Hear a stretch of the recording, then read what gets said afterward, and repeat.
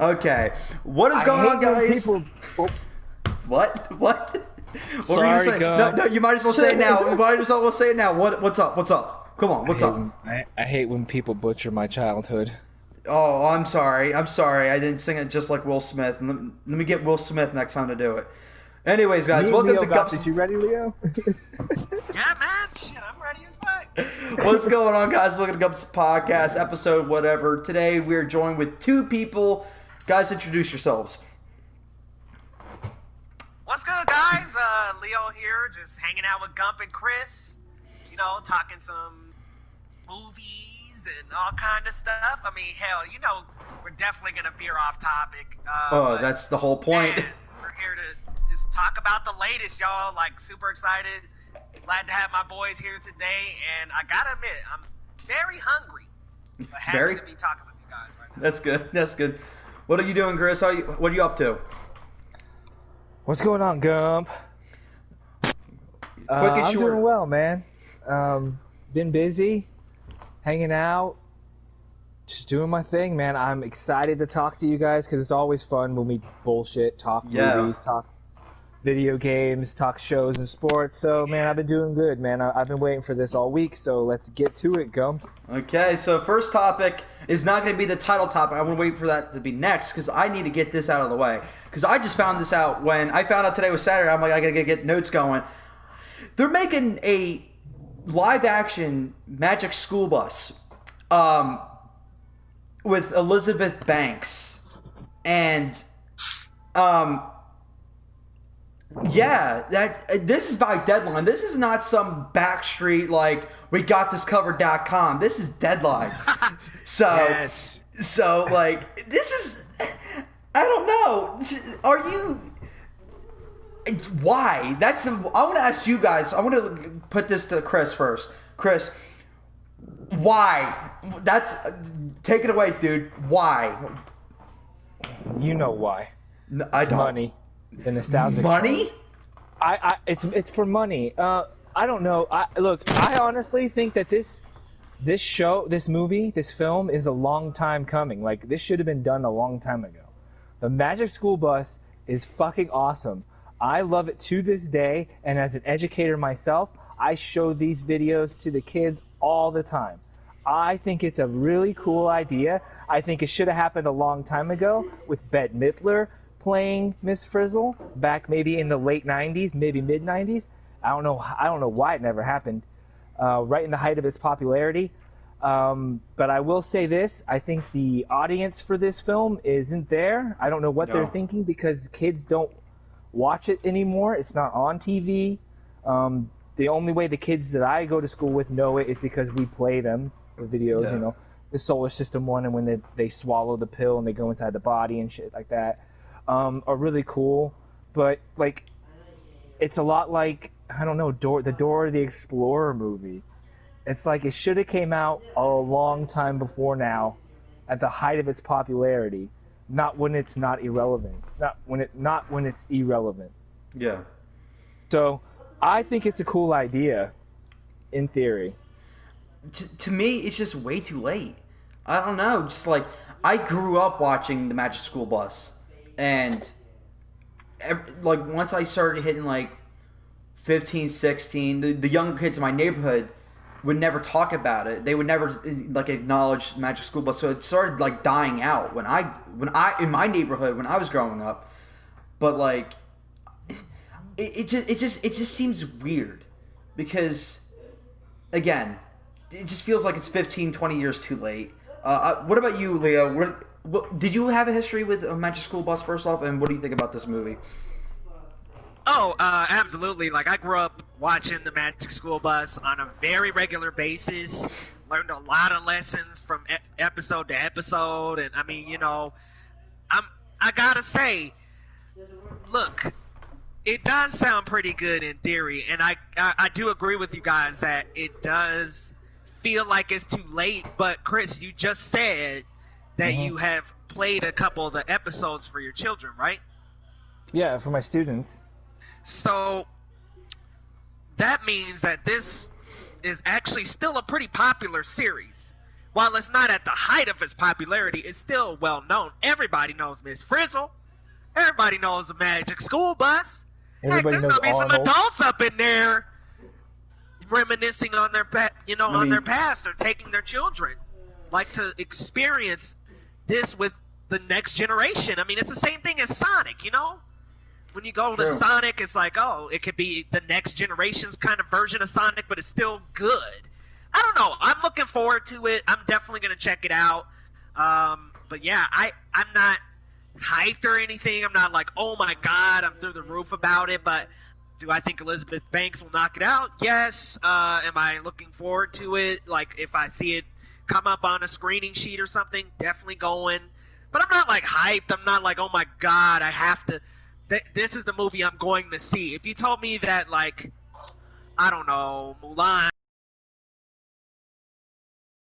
So I'm not really that hyped. Yeah, like, on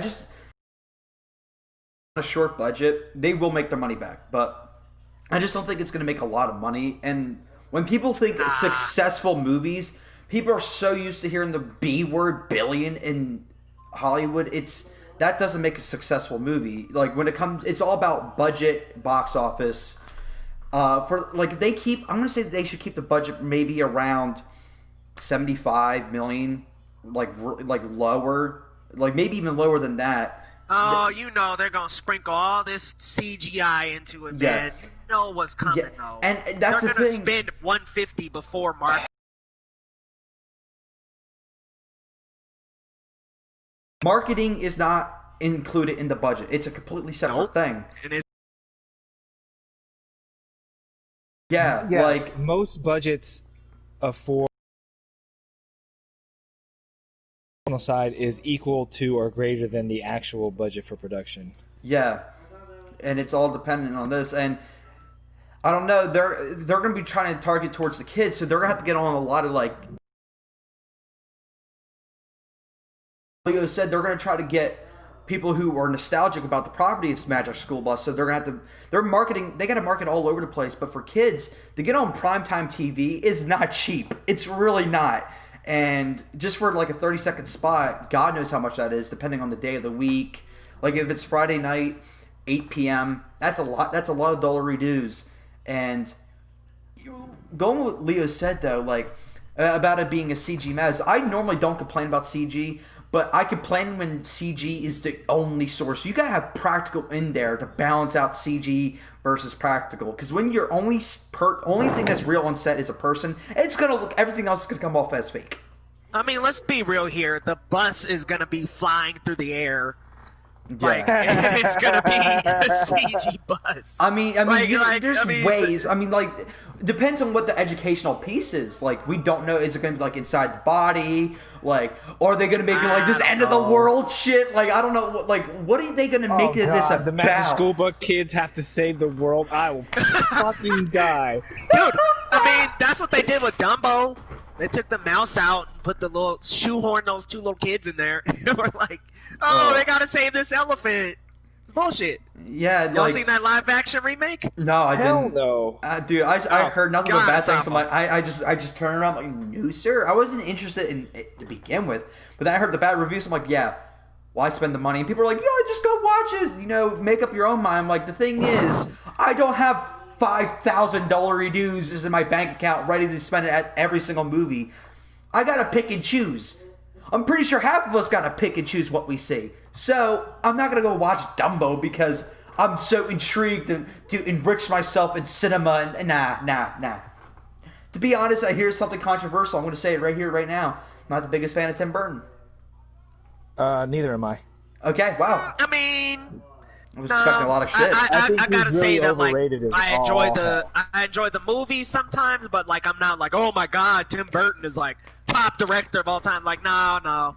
Yeah, when I said that around my friends, oh my god, it was like blasphemy. How dare you? I'm like, listen, you probably watch 2-3 movies a year, so fuck off. No one cares what you think. Nah, but like, yeah, I don't find him intriguing. His style is unique, but it's just not my style. It's not my favorite cup of tea, if you will. But I acknowledge that a lot of people like the gothic style and look. But back to the Magic School Bus. Yeah, no, I don't know. I just Magic School Bus has like it's gonna be something like there's gotta be something current to today, and the question is like, are they gonna get like super political? Or are they gonna get like super environmental? Like what road are they gonna take? Or are they just gonna be like do the Scooby Doo movie route and just be like superheroes? Because here we go with that. I like that movie, man. No, that's not Scooby Doo. That's not Scooby Doo. Yeah, it is, man. No, I saw the trailer. Some people, man, it is Scooby Doo, bro. You didn't even watch it? Hold on. I saw the trailer. The trailer is supposed to intrigue me. You didn't even watch it, bro. Okay, no, hold up. You can't talk. You can't talk shit if you haven't seen yes, the I film. can. You know why? Because you gotta see the movie, bro. Hold up. Let me defend myself here. Yeah, it matters because marketing matters. It tells me what the movie's going to be about. Marketing matters. No. If you haven't seen the movie Gump, I can't talk to you about it, bro. Just go watch it. Okay, fine. I'll watch it, and then if I lose my money because I had to buy it, but go ahead and watch it. Okay. Why would I watch it if I know I'm gonna hate it? Because the trailer just screams superheroes. So you can talk to us about it and have an artistic opinion on it. Okay, fine. Anyway, how did we get to this topic? Oh yeah, that's right. Magic School Bus, and it probably being a superhero movie. Yeah. But yeah. Yeah, it probably is. It's gonna be the kids in Miss Frizzle. They gotta save the fucking world. You know it. You know it. Thanos is coming. they're like, okay, we gotta learn along the way while we grab all 6 Infinity Stones. Right. Just like, okay, what color is this? It's green. Yes, learn. But the core units of that show was they were always like studying biology, and then all of a sudden they're going on a Magic School Bus ride inside somebody's body. You know what I mean? It was always a lesson to like I don't really know. Although I will say this, like Jumanji is not high art, but it's doing something entertaining, though. Yeah, it's doing. It's got something incredible different. entertainment value. Yeah, I think that if they go the Jumanji route with Magic School Bus, it might be watchable. Yeah, I mean, if they don't take themselves seriously, and I think it'll be all right. Elizabeth Banks is not a horrible actress, although she is extremely feminist. That just makes me a little concerned. And it's kind of it's toxic, it's toxic feminist. Like she just is toxic about it, and like tries to blame the low box office numbers on men won't attend. I'm like, what about women? Women weren't attending either. Like that's your problem is you want to blame it all on us. But I'm like, there were a lot of girls that I talked to that I was like, oh, you should go see the new Charlie's Angels. It's actually not too bad. They're like, I don't know. Nobody asked for it. That's the problem. Nobody asked for that remake, and nobody was asking for a sequel, another one. Nobody cared. And then it just kind of came out. The marketing wasn't that great. I don't remember seeing barely any trailers. I think I might have seen one teaser. I was like, okay, this might not be too bad. I went and saw it. I thought it was a pretty good movie for what it was, actually. Kind of exceeded my expectations a little bit. Kristen Stewart, especially because I was not really a huge fan of hers, but like seeing her in this role and seeing her play something completely different meant a lot for me. You could only play Bella-like characters because I had seen her in the Twilight series. Yes, I have watched every single one. Ugh. I hated every single one. And I have also seen her in Snow White and the Huntsman. Oh, with Chris Hemsworth? And I kind of thought she played the same character. But I will say that she played a decent Joan Jett. So she's kind of, with this role, it really proved to me that she had range. I actually have gone back on Robert Pattinson's movies recently too, and have like really enjoyed his acting range. He's phenomenal. Good Time, if you guys haven't watched it. Holy smokes, another level. Sorry, I'm rambling, but no, you're good. You're good. No, I just personally, I don't see the appeal for Kristen Stewart. Oh, dude, she really has the chops, man. I gotta go back and watch some of her more independent roles, and I've heard really good things. So I'm actually gonna give her a chance because I did the same for Robert Pattinson, and holy smokes, I'm good. But like, what was the one movie she was in earlier this year? The one that was like in the trench. Fuck. Well, she was underwater. Oh, underwater. Was it I just thought, called Underwater? Yeah, it was just called Underwater. I still haven't seen it. Title. Yeah, I saw it with my friend from college. The movie was pretty ass, but she didn't play as Bella. So, I mean, so she was more of like a knockoff Ripley kind of thing. But All right, here's a pop quiz. What was her first movie? Oh God, Kristen Stewart. Panic Room with Jodie Foster. when was that? That was in the early 2000s. Oh, okay. I'm trying to remember if I've seen that. I Panic definitely Room's didn't see good. it. It's got Forrest Whitaker. Yeah, Jared Leto's in it too. Jared Leto's in it. Yeah, he gets died. Yeah, He gets died. he gets died. Yeah, that was his next room after. That was his next film after Fight Club, right? Oh, Fight Club. Yeah, but Jared Leto had only Picture. a brief. He only was in. Jared Leto was only in Fight Club for like 2 scenes. Oh yeah. No, I meant Finchers. Yeah. Yeah,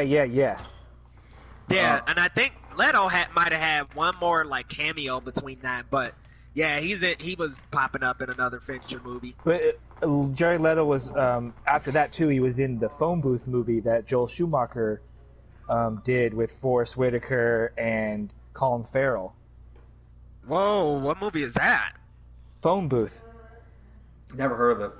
I don't think You I've ever seen watched that. Phone Booth? You guys gotta watch Phone Booth. Trust me, This dude. guy's There's a got a long snipe- effing list listen. of things I gotta watch. There's This a guy, long list. it's got Kiefer Sutherland in it too. Kiefer Wow, I'll Sutherland. put that on the list, man. I haven't seen it.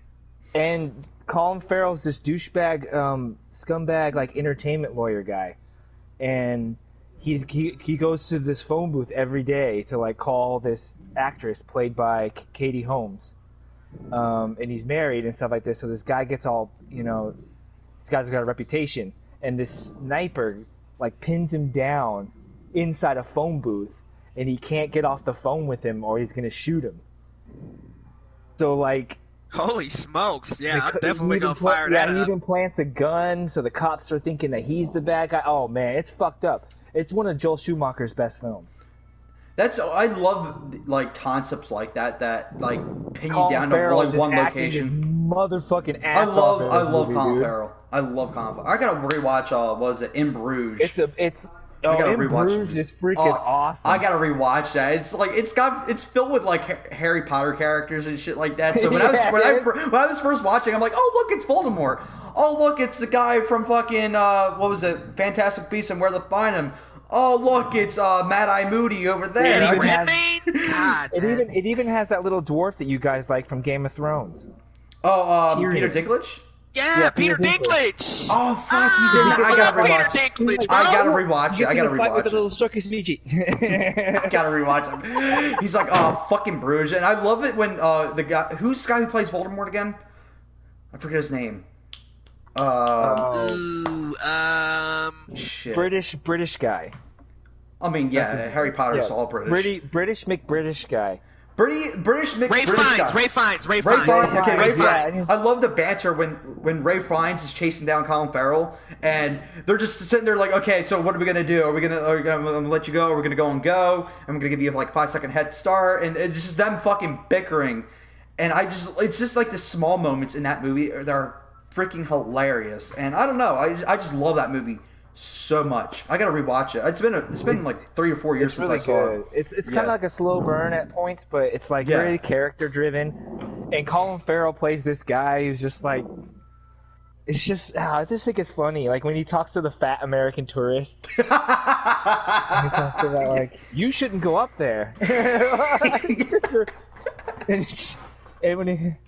It's full of like little one-liners, like when the wife tells the guy like it's just an inanimate object, and he goes, "You're a fucking inanimate fucking object." Leah, have you seen that movie? What movie are you guys talking about? In Bruges. I'm zoned out. Nah. In Bruges. It's on HBO Max, I believe. I think it's on HBO Max. Watch it. I think it's like only like an hour and 40-minute movie. It's great. It's a quick one. But it's a quick watch. Yeah, it goes through layers. I think you'll appreciate it, Leo. A quick watch I recently just watched was Hail Caesar. like an hour 40. How was that? Yeah, well, that's with the It Coen wasn't Brothers. too bad. I wasn't like, oh my god about it, but it wasn't Coen too Brothers, bad right? actually. Yeah, Coen Brothers. Yeah, it's one of the very few Coen Brothers that someone told me like skip Got it. a It's not lot what of you think. people. It's got Brolin. No, it's not. It's really not. Yeah, like I was looking at. Again, this is me judging off of the trailer, but like I was looking at it, and I'm like, I'll probably watch later because it just looks like it's based on the trailer, it was a jumbled mess because of how many mess. Just You 'cause can put of it on the the back actors. burner, bro. Yeah, back burner. Okay. Yep. Because I think the only Coen Brothers movie I liked was. Did they direct The Big Lebowski? Was that one thing they directed, or was that someone else? I forget. I thought. I'm pretty sure that was. the Coen I don't Brothers. think so. No, they didn't No, do the- that one. Yeah, they did. They did. Yeah, Yeah. the Okay. Coen Brothers did Big Lebowski. Yeah, I love The Big Lebowski, and that's the only one I think I really just watched, and I'm like, I love. Oh, brother, this. where art thou? That's the other one. That That's the other movie one. was that Oh Brother Where Art Soggy Thou? That's Bottom great. Boys. Yeah, I You love that bottom movie. boys. That's a I great love one. that shit. Yeah, but I remember watching The Big Lebowski, and it was after the Super Bowl when the Eagles won, and we were celebrating. We were chilling.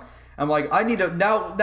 We're all having a great time. Let's watch something great. They're like, let's watch The Big Lebowski, and then I'm like, I never seen that. Dude, And they're the like, Big we got that shit Lebowski on. is fucking brilliant. I love It that movie. is.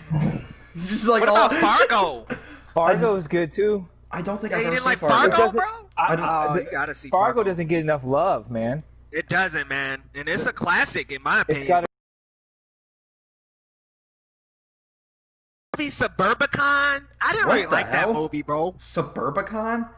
Yeah, it Never had heard Matt of it. Damon in it and Oscar Isaac. I mean, it had a decent cast. Oh Julianne yeah, Moore was in I it? saw that, but it flopped. It sucked, bro. Yeah, because it just felt like it was off. Yeah, I mean, like the acting was weird and kind of Yeah. stiff. Like Matt Damon's character was really, really stiff, man. Oh, that Right, sucks. and I love Matt Not Damon, to mention, bro. you just don't like his character either, really. Oh, is he one of those hateable characters that just? I don't think he's meant to be, but I didn't like it. You know, now that I think of it, I think the Coen brothers produced that. I don't know if they directed. I think that might have been Clooney. Maybe that's why I was disappointed. Yeah, Clooney did. Yeah, I think Clooney did Oh, that. was that one? You could Was just that I where think they were Clooney's on like? it somewhere. Yeah. That was his directorial debut, right? God, it was. God, I wish these actors I think would he stop did one more before fucking that. directing. I really do. Because I remember. Because I think Clooney. Is there his any good directorial actor debut- directors you can think of? Ben Affleck. Ben Affleck, Yeah. that's it. Yeah, I love Ben the Affleck. town. The town's amazing. I love Town, Yeah, man, the town's Argo. great. Yeah, dude, Argo. I remember Fire. watching Argo for the first time. It was one of those few movies I enjoyed watching by myself because when I watch movies with my family, they like to talk. It's usually fine with me. But Dude, when I was can't watching stand Argo, people that do that shit. when we were watching Argo, well, when I was watching Argo, the last 20 minutes, my muscles stiffened up more and more and more, and like the music in the background just slowly gets Oh, you more and must more not and have more known intense. the actual story then. No, I didn't. I was like, Okay, dude, that's I was, cool. I wish I could have seen it like that, but I knew all about it. I'm trying to remember how old I was. I think I was like 16 or 17 when I watched it. And I was just sitting there like, what the fuck is going to happen? I'm like, just like this small moments when they're going through baggage claim and stuff like that. I'm like, oh god, I'm sitting there sweating. I think he did a fantastic job. It's so good. When I found out he directed and starred in it, I'm like, how? I'm like, how? Like, how do you get? Like, he's gotten so to be many honest, good his performances screen out of it. time isn't that. He's not all over the place in it. Yeah, I which is know, but smart like, for him. Which is yeah. smart for him. Yeah. To not be in it all the time, so you can direct. But that movie's just it's got great artistic integrity. It's really true to the story for the most part. I love the end where like they're flying and they're all just looking at each other for like they're not moving still, but they're waiting to like, you know what I mean, celebrate, and all of a sudden they all get up and everyone else is just looking at them and they just pulled it off and nobody was the wiser. I mean, I just think that's brilliant. Yeah. Did you guys ever see Live by Night? Live by never That's Night. the one I was talking about that Ben Affleck took a shit on. Live by Night. see, I heard never about it. saw that, Dude, bro. it was kinda so looked- bad. That's it looked unfortunate. kinda So shaky, bro. bad. Oh, I'm sorry. I wanted to like it, but he was also bloated. Like you could tell he was been drinking. Ah, dear. Like he was Fat Man from Justice League still. That sucks, You bro. know, his neck was all building up chubby. to, hell, Yeah. like Justice League was 2017. He was like just really starting to really put the pounds back on. Yeah. And I had seen that, and I was like, "Isn't he fucking Batman? Like, what is going on here?" That's the thing, though. If you do not maintain that mass, it does. You know, you have. If you want to be a brick shit house, Leo, you know this because you work out. You have to maintain it. You can't just. Yeah, because if you let it slide, ooh, it gets ugly. Yeah. So I mean, and like, no offense to him, I'm not saying like, oh. like I don't blame him. Yeah, for I not feel wanting to bad keep for up him, that, if anything. That physique, I couldn't do it. That's a full-time job. Yeah, and that's why. Some mental strength. Yeah, like Hell with, yeah, with hell Hugh yeah. Jackman as Wolverine, everyone's bitching for him to come back. I'm like, the dude's what, 50? Let him go. He gave you 20 years. He was the same character for 20 fucking years, constantly working out. When you guys in the beginning were bitching that he's not 5'2". Right? No, I was right there with you. I'm like, what's with your hair? B, why are you 6'5"? C, black spandex? Yeah, I had What the same the reaction at fuck? first. I had the same my- reaction at first, but I'm just I like- gotta admit, It grew on me though. X-Men Yes, 2, I was like, definitely. oh, that's fucking Wolverine because he's X2 like, was he's amazing, yo. slicing up those guys that are coming in the mansion and shit. Oh my god, And that I was a like, great scene. oh! That was a great He's scene. like, and you got the Wolverine cry. That's the first time we heard him go, ah! Yeah, it was so And just, good, like, dude. Get it. Just get it from his bowels. I was like, oh, I'm sold. I'm fucking sold. Yeah, Right, and that's Wolverine. yeah, That's Wolverine. That's my 20 Wolverine. 20 years of just constantly working out, and people are like, I won't watch any more Wolverine characters. I'll blacklist any other Wolverine if it's not Hugh Jackman. I'm like They you said said, that it's a about full-time Christopher wait, job. hold on. Let me also add that he also did intermittent fasting while training with Wolverine, and that is some. I'm not gonna say it's impossible, but that's a long time to be doing intermittent fasting for 20 years, pretty steadily. Yeah. That's a long time, not being able to really eat a burger in your 8-hour window, or that sucks. Yeah, it's literally and the fact that he could still smile, not be miserable with the world, and he's still blessed that he got to play the character for as long as he did. He's very thankful for it. And you guys won't let him just retire. Let him go out. Logan was a fucking great movie. Let him go out on a high note. Let him go out on a high note. But people are like, kicking and screaming really and quick crying. Talk about Logan. Oh my god, what a masterpiece. I love that movie. That movie was next level, dude. Yeah. It's another one of those films the that, gore, yeah, I will watch until the death, and then I turn it off. Yeah. I'm And- not dealing with it. I Like- can't do it. I remember in the theater. Honey Boy, look, after Honey Boy, I am totally, like, I broke. I am susceptible to every kind of emotion that there is available on the planet. But, Yeah, it was a great film. A good send-off. yeah, that was I next felt level. bad for Charles, you know, all that yeah. shit. I felt bad for Wolverine. You never want to see your characters like that, man. yeah. It's just, it was really good. Even the X-15 stuff was really cool. What's crazy is because I didn't. Great. The best X-Men movie, if you want to call it an X-Men movie. Yeah, agreed.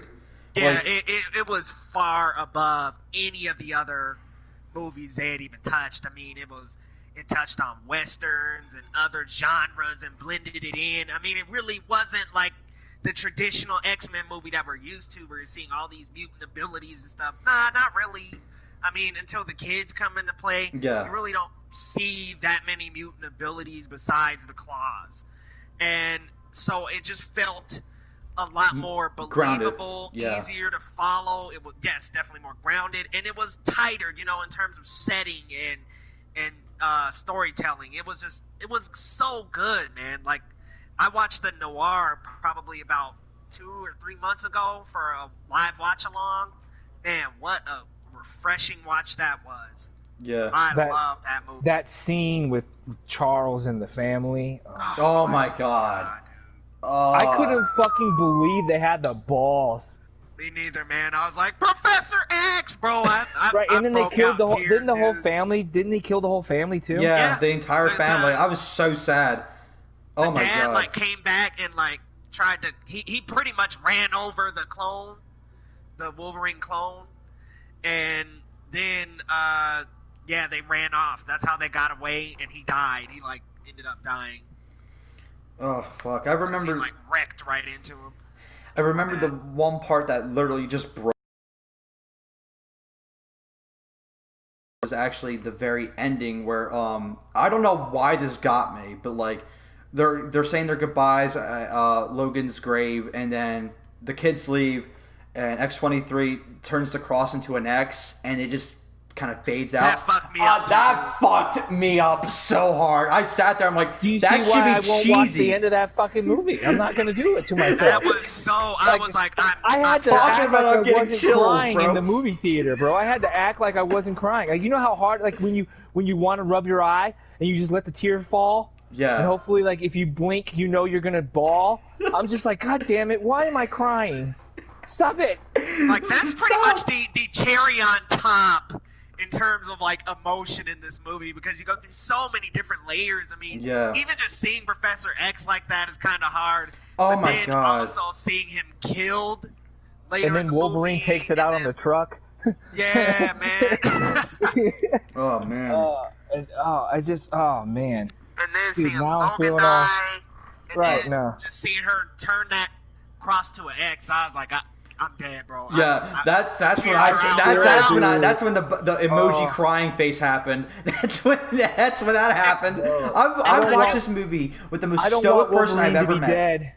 I saw this movie with the most stoic person I've ever met. Like, I'd never seen him literally crack a smile or cry or anything like that. He's just so dry. When that happened, I turned around when the credits rolled. I saw one teardrop go from his face, and that was the first time and the last time I've ever seen him cry. I've known this guy for like 8 years. That was the first time and last time I've ever seen him cry. That's how powerful that moment was. Oh God.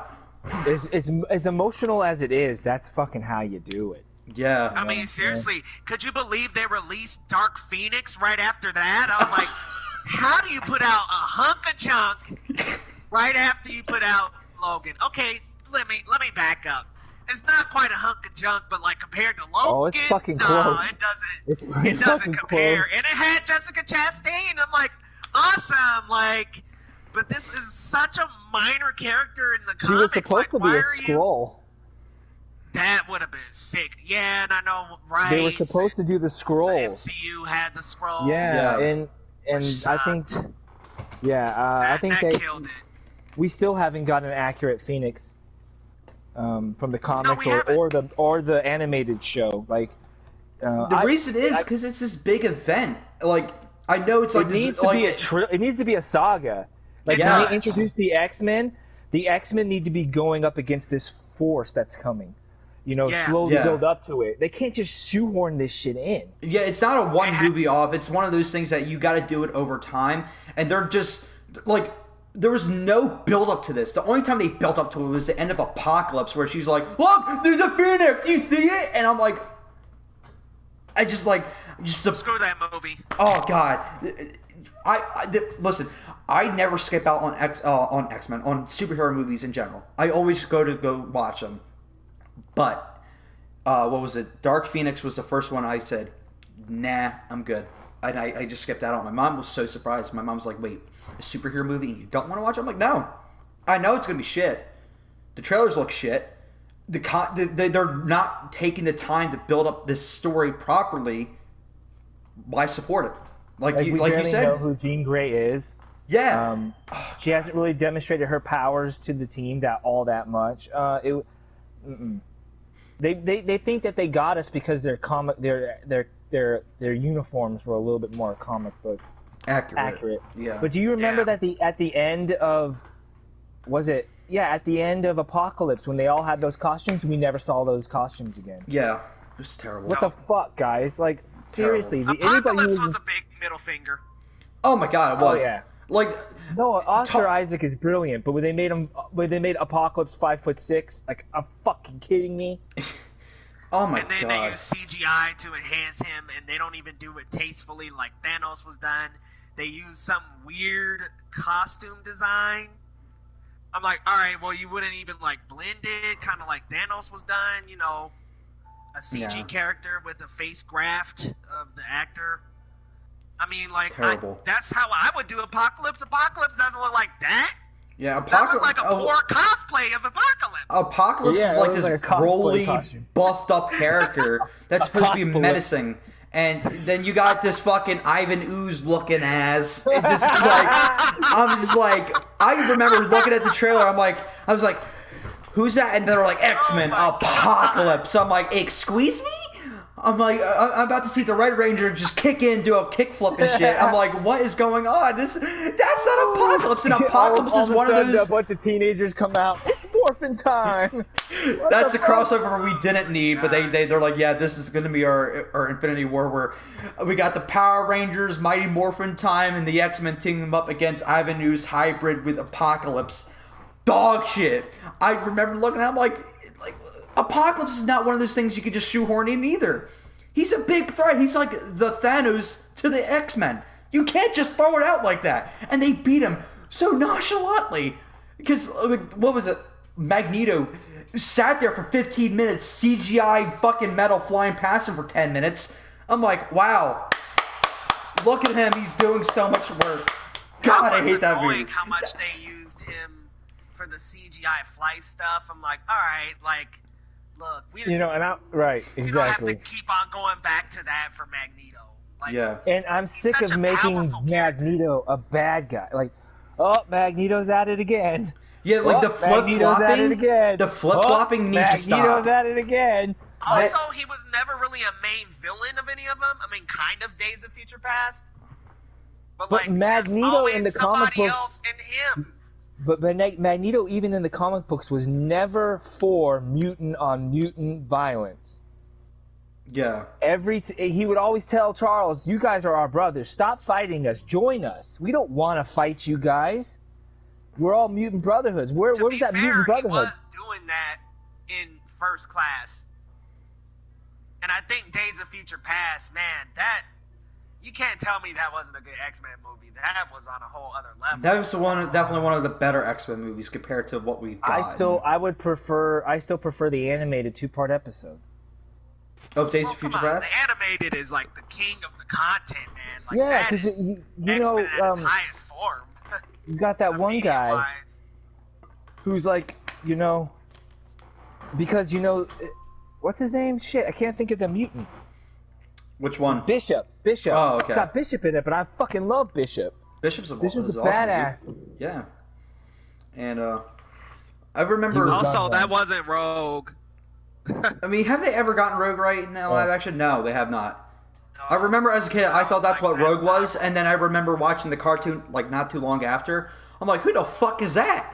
This is so much better. About them giving Ellen Page's character the ability to do what she just did? They just gave her that. That was not.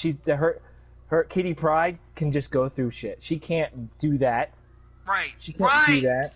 Right, bro. I was like, inaccurate power alert. That's like, Like, that's the most that's simple. not Like, her ability. like that's the simplest thing to follow. The simplest But thing to even the follow is the time travel power of the aspect character. Was so fucking stupid. Like, I'm still trying to think, how the fuck did they really go back in time through their minds? Like, what the fuck? Like, shit. I don't get it. I don't want to get it either. I do think that the Wolverine costume in the future was badass. Yes, agreed.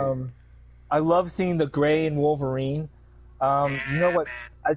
It sucks because I guess Logan negates, like, that future never happened, so Wolverine didn't even live long enough to get gray in his hair like that, I guess, necessarily.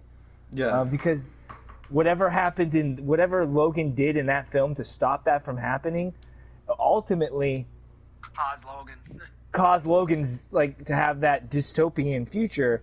But a thing about Logan that I don't think I think they could have pulled from the Old Man Logan storyline. I think there was a lot of things that they could have done. Like, the reason why Old Man Logan doesn't use his claws anymore is because Mysterio, like, tricked him into thinking that the entire X mansion was filled with enemies, and he kills everybody. Yep. And then he shows him why. Like, I would have loved to seen that.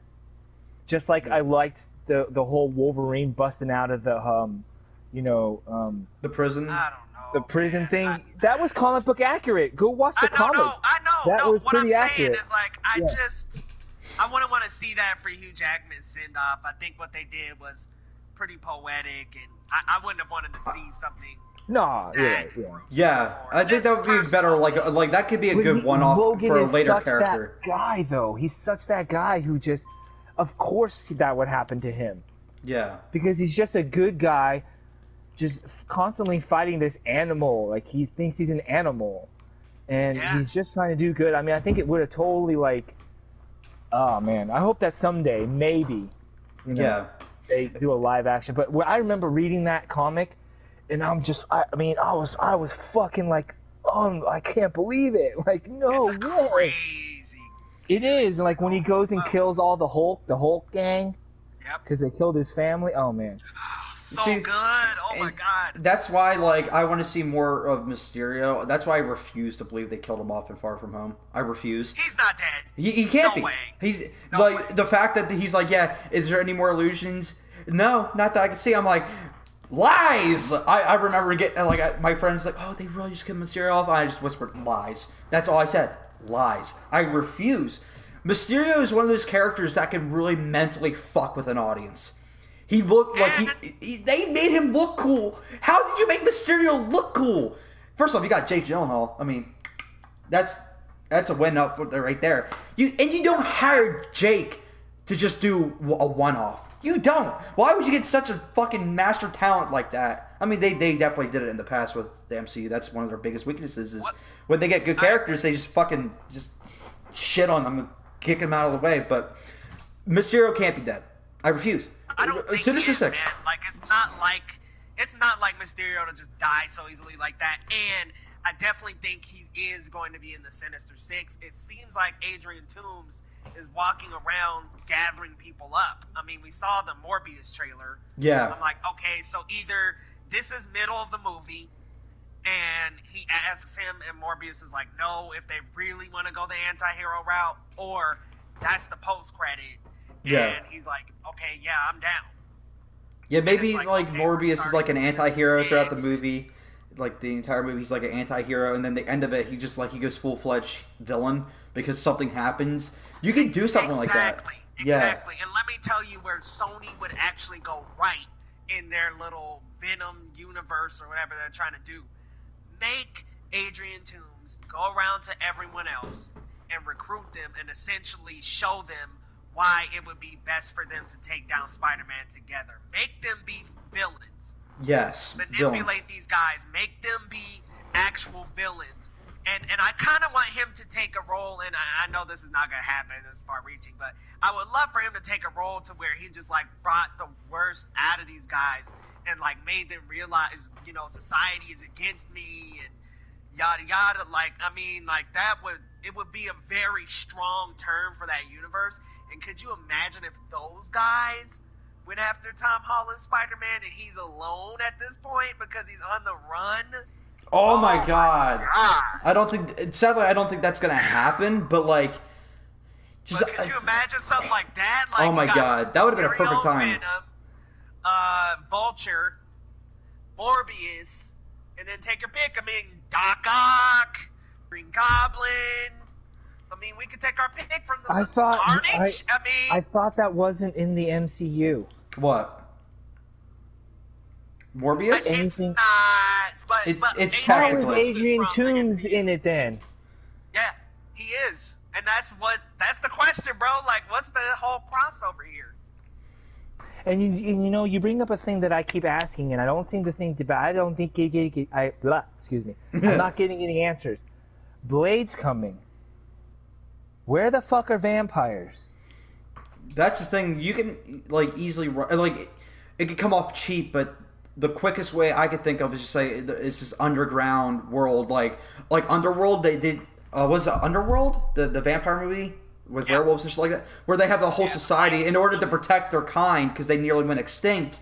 They decided to like don't interact with humans unless you can like kill them quietly and not get a lot of news coverage or something like that. Something like that. Like they have a set of rules to protect them, and then Blade's like the hitch in the road that he's like, I could tell if you're a vampire or not. I will fucking find you and I will fucking kill you. Liam Neeson the shit out of it. But I don't know. I mean, it is weird to think that the MCU will have monsters in it now. But to be fair, they focus on the sky so much, it's time to focus down below a little bit. What I'm hoping is that maybe, and this is, again, far-reaching, that it would be self-contained, and that maybe we could finally see an MCU movie that doesn't have to show Cap or Spider-Man or all that yada. Yeah. We could finally see an MCU movie that's just its own thing. There's no references to everything else. Oh my god, yeah. I would love that, dude. Yeah, me too. I mean, pull back and let it be its own fucking movie. I would love that. I mean, especially for Blade. Blade is a movie that started it all. Don't divert my attention and be like, oh, well, Shang-Chi has to come help him. No, I don't want that to happen with Blade. I'm just gonna put that on the table now. No, Blade doesn't need any fucking help. Yeah, Blade's a badass.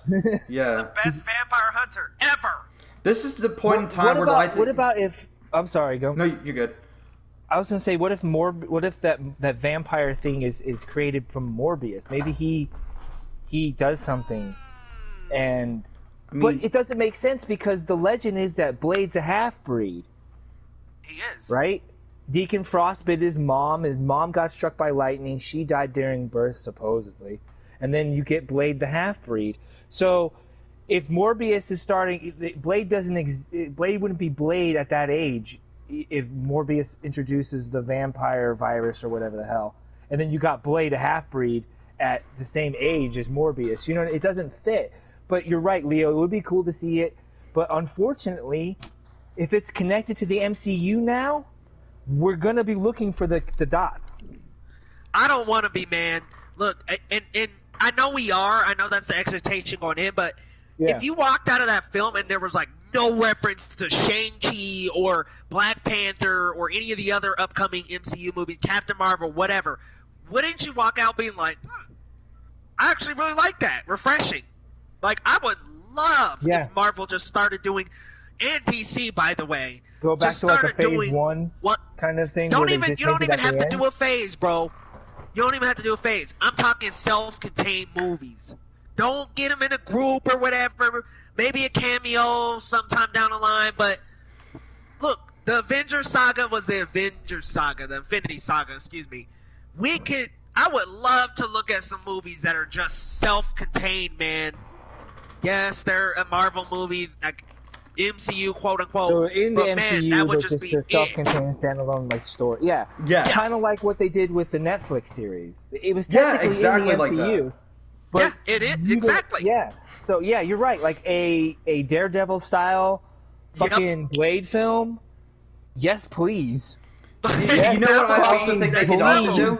They don't have to make everything connect to the Avengers. Like the MCU is such a vast world and universe.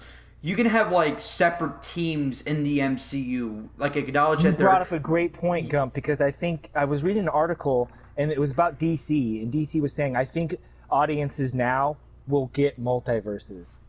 That with everything that's gone on the last. No, but if you say Blade is happening in a different universe, audiences 10 years ago would be like, huh? But now audience know, okay, I'll accept that. That's cool. I get that. So Blade's not in the standard continuity of the DC of the MCU if they wanted to do that. You know what I'm saying? Yeah. I think that people are way more like, oh, it didn't happen in this universe. Like even the kids at school were like, you know that's on Prime. I'm like, how do you know about Earth Prime? You're 5. But you know what I mean? Like, but I think audiences get it, which is why I think we're gonna get we're gonna get some shit from DC guys that is like I think we're gonna be like, what? But I think audiences now, I think they're okay with that shit. I don't think it confuses them as much. And you can thank Marvel for that. You can thank Marvel for that. Yeah, because they introduce like weird ass shit. Like my mom would never comprehend 6 magical, colorful stones would be able to take over the universe. Neither would my dad, but my dad loves it, and he loves Black Panther. Yeah, and he loves the Infinity Saga. He's like, actually, they're pretty cool movies. I'm like, Dad, and my dad's a science fiction nut. He's Star Wars, old school shit. Like, you know what I mean? Yeah. Battlestar Galactica. Oh yeah, Blade Runner. Star Trek. Right, Blade Runner. And I would never have thought that my old man who falls asleep at movies stayed up and watched the entire movie with me. He's like, I liked it. Like, really? And he was like, yeah, I felt for that Killmonger guy. I understood his problem. I'm like, so did I. I can't believe we agree on something other than Star Trek. So, one thing that I feel like the MCU should do is build up the supernatural side of the MCU and build up a supernatural team. Tell me you do not want to see this. You can't say that you don't want to watch this. Ghost Rider, Blade, mixed with some fucking Doctor Strange shit. Get really weird with it. Nope. No! Lies! Lies! I'm just gonna be honest. No. Lies. Here's where I'm coming from, because Chris, you sold me, man. I want some Daredevil style. Look, we only reference it in conversation. Here's what's working. Daredevil. Yeah. You want to know what else really worked very fucking well? The Mandalorian. And it's not. There's no Obi-Wans. There's not even any Jedi. I mean, next season there will be. Correctly, just like the Mandalorian, you said, Leo. Yes, if done correctly, that shit will be bomb. But they kind of have to go a little bit away from what the MCU is doing right now. But yeah, I don't need to see a big team up with Blade. I would much rather, honestly, I love the first two Blades. Like, it's just him kicking ass. Well, then, yeah, 3 was pretty shit. But I know, but I'm with Leo, and I don't see the whole thing on. I don't even like Ghost Rider. Like, fuck you. What? Oh wow, okay. Let's see how it be. It's fine though. I'm sorry. And he's not my top 10 or top 15 at all. But like, he's definitely. I think he's a cool character. But I think Daredevil deserves Blade to be. is amazing. Oh, Blade! Like, no, Blade's Daredevil. badass, bro. Yeah, Blade's cool. Like, I love me some vampire killers, bro. Yeah, dude, that shit is awesome. Yeah, I'm definitely down for like a solo thing, but I just always wanted to see, like, as a kid growing up, I always wanted to see a more supernatural team base in Marvel. Like, they got that in Justice League Dark. So I wanted to see something a little bit more like that with Marvel. But I mean, sounds like you want to see the actual Defenders. Aren't the actual Defenders just Luke Cage?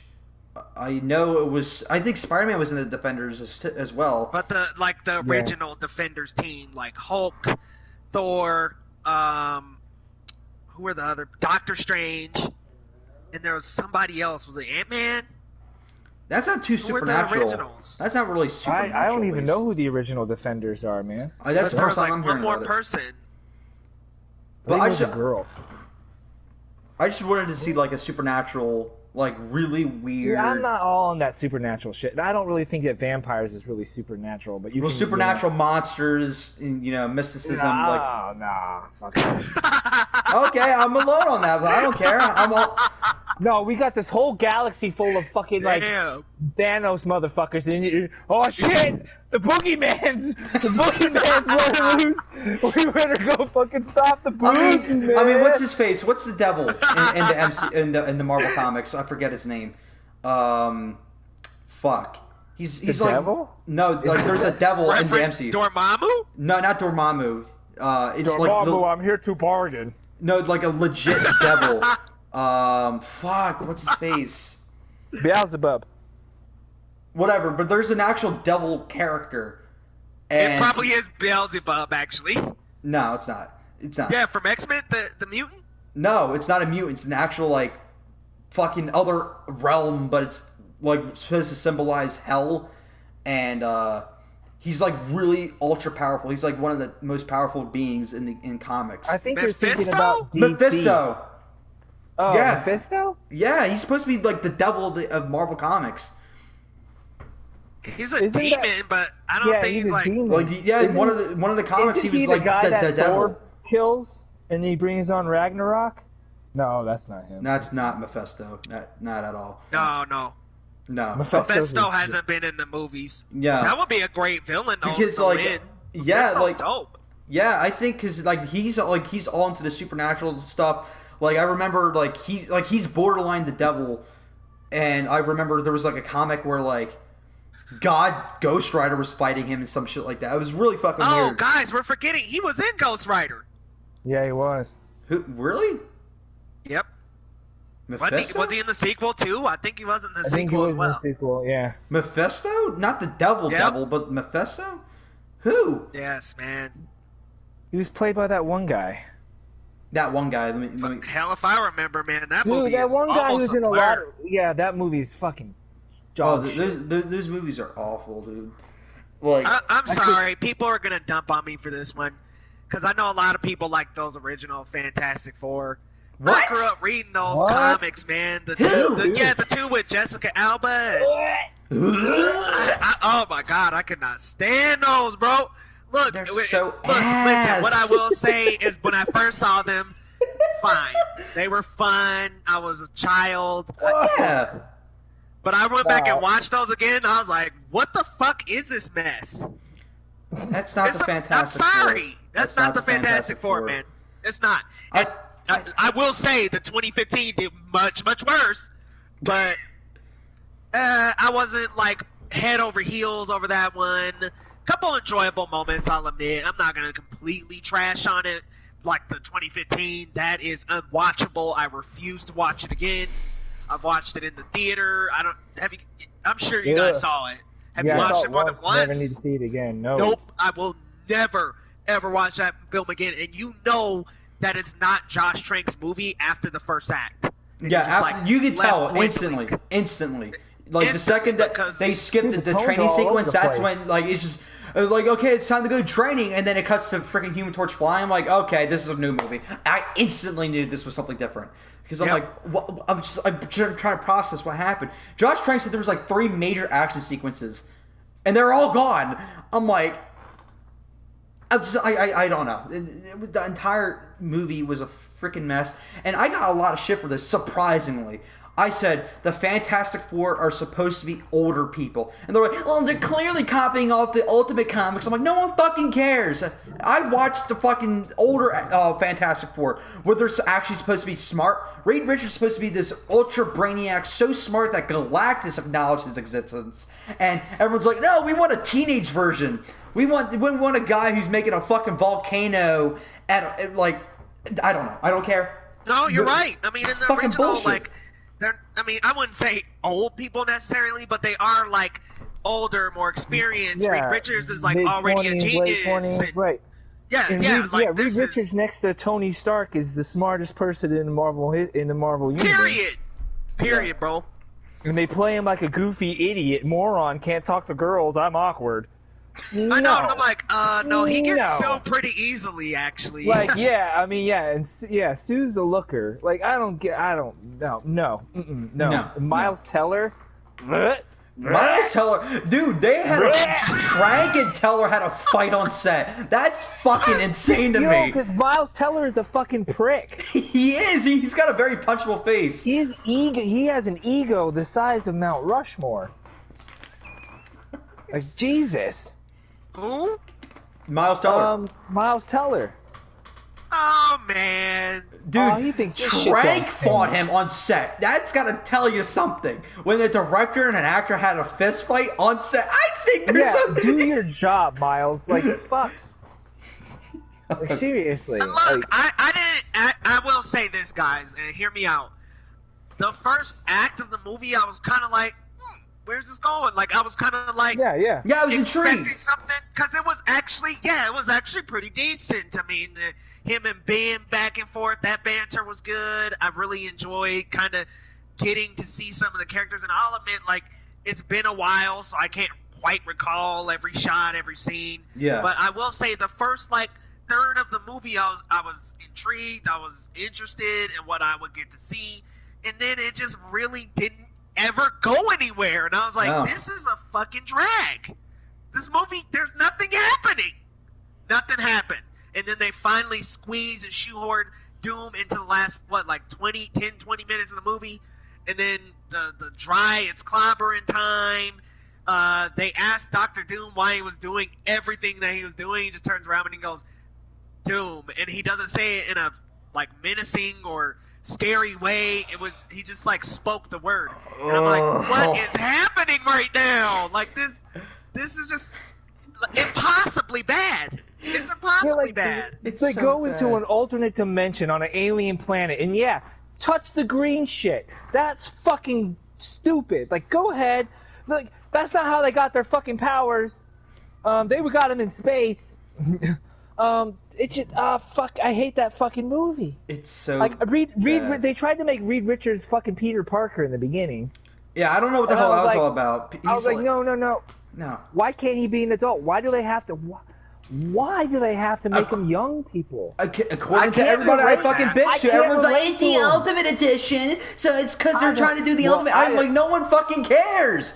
No, I want to watch people in their 30s or 40s fucking doing superhero shit. I don't always have to fucking watch teenagers do this shit. I want to see some people more maturity than that. Like, I want to see someone who's actually genuinely smart, that actually do something. I don't always have to see a character grow from like a teenager to an adult. Reed Richards, again, is so fucking smart that Galactus acknowledged his existence, which to a lot of people that doesn't mean shit. Galactus will just fucking devour people and not care. He doesn't care. But he just sat there and talked. He just destroys worlds. That's what fucking Galactus does. Yeah.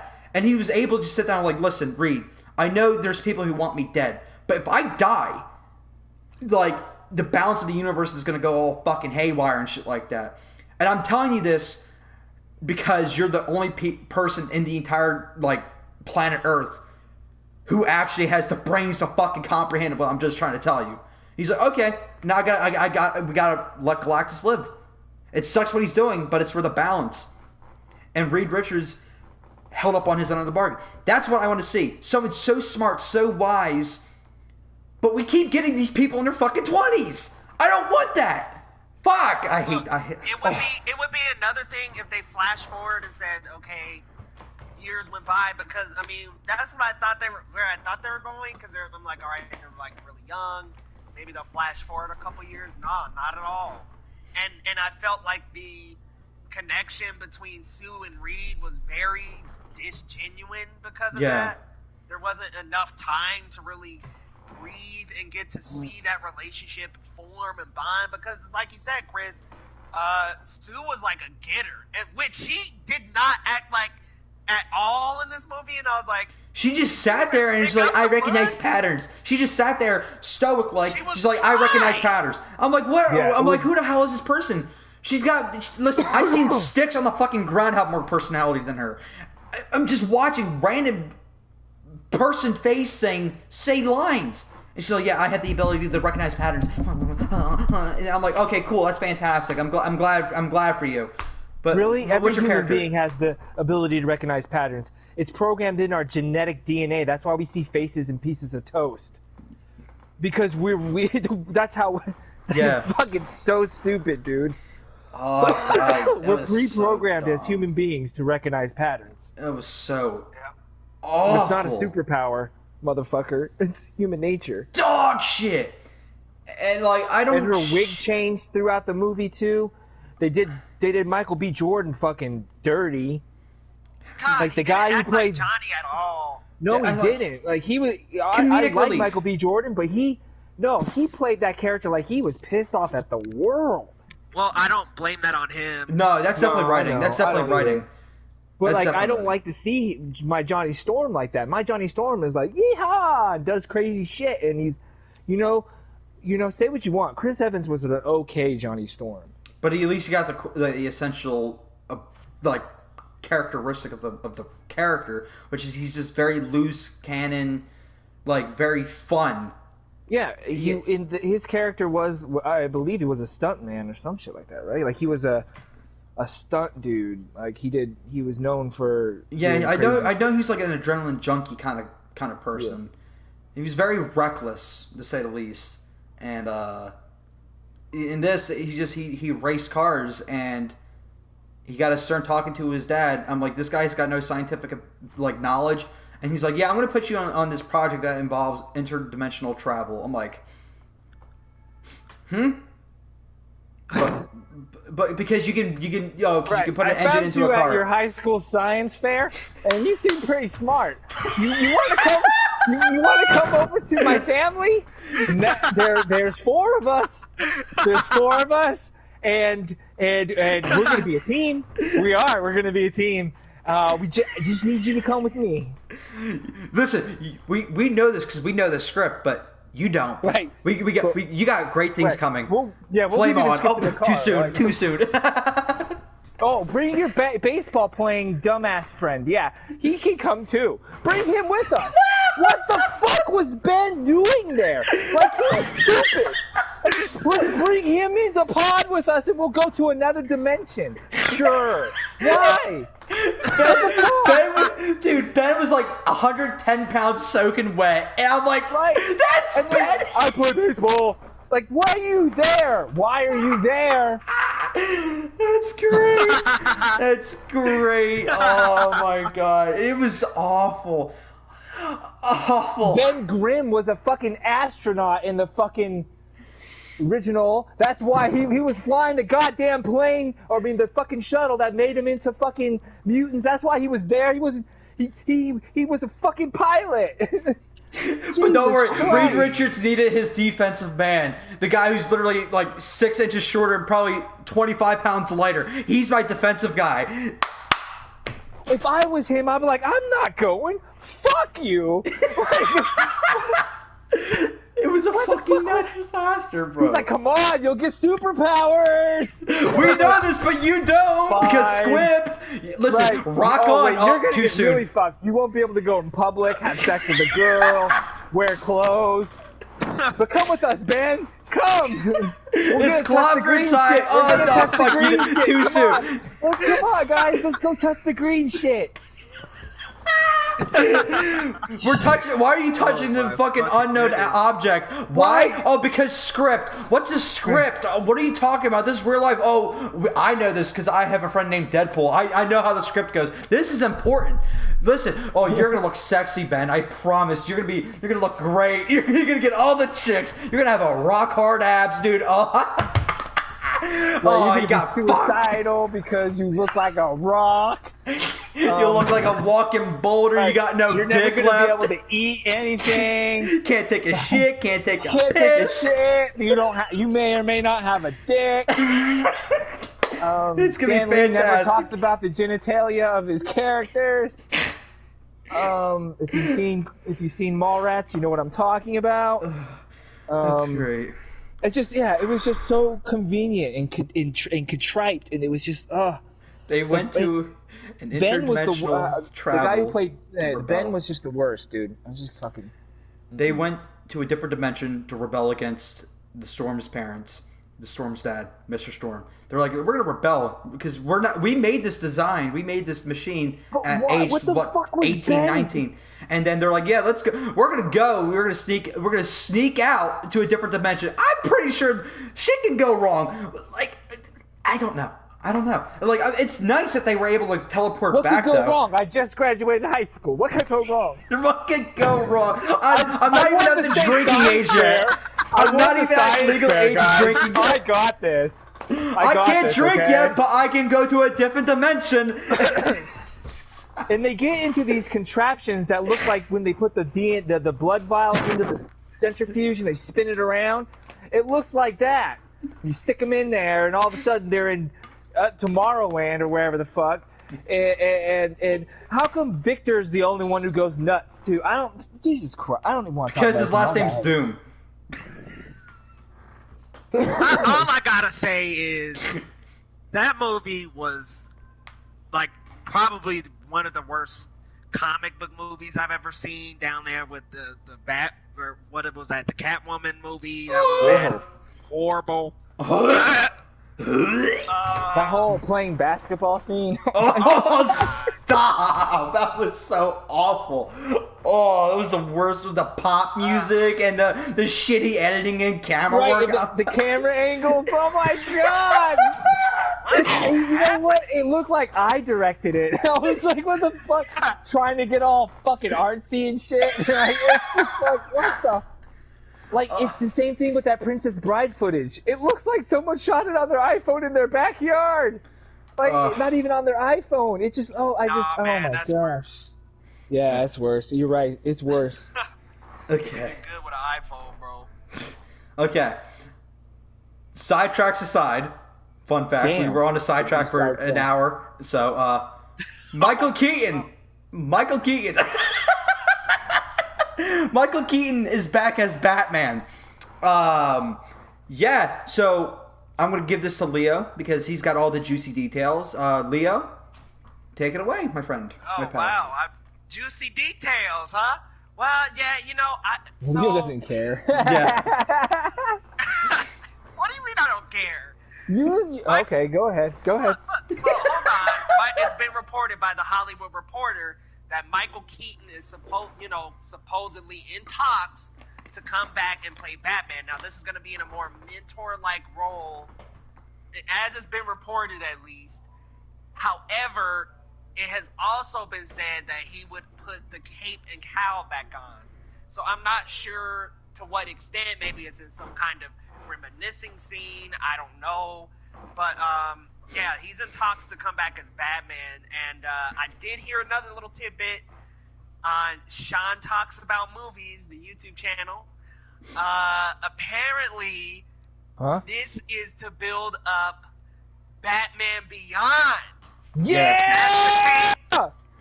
If that's the case, bro, Yeah! I'm all for it. Like, Yeah! I'm just like, if this is to build up my boy Terry McGinnis, bro, I'm all in, bro. Yeah! Bring Michael Keaton back in a second. I will take it on the Batman. Thank you. Chris. Hell yeah! What do you got to say, Chris? Nah, seriously, honestly, I don't care. I don't really give a shit. Yeah. No, I do. That's badass. I love it. Yes. I can't tell if he's messing with us or. No. I'm serious. I love Terry McGinnis. I love Batman Beyond. Next to the Batman animated series, it's my favorite. I just think there's so much they can do with that character. There's so many stories that they can do. It's really cool. It shows guts on DC's side, which they haven't shown any kind of guts since Man of Steel dropped. They've been just pushing back and changing tones and unsure about shit, but they're like, fuck it, let's do it. Hell yeah, man, I'm all for it. Me personally, fuck yeah. I can't wait to see Michael Keaton. Yeah, that's back definitely in a mentor role, and then here's a hot take. I'm even okay if they make Terry McGinnis a female. I don't care. I really don't. I'm down for that. As well, actually. I'm down for that.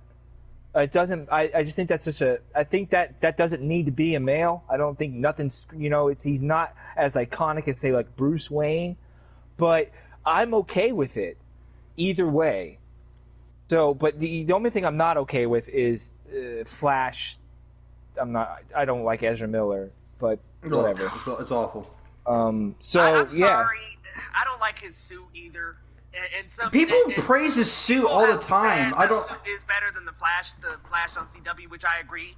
But I think it looks like a red Power Ranger, and I'm like, that's I'm very not really true. feeling that. It's like, Morphin' time. Armor-like, and I'm like, Flash's suit. But you know what his armor. suit is supposed to be, right? The Apollo 13 thing, I think it was, because it was like friction resistant and stuff like that. It's not the Apollo 13 thing. Shut the fuck up.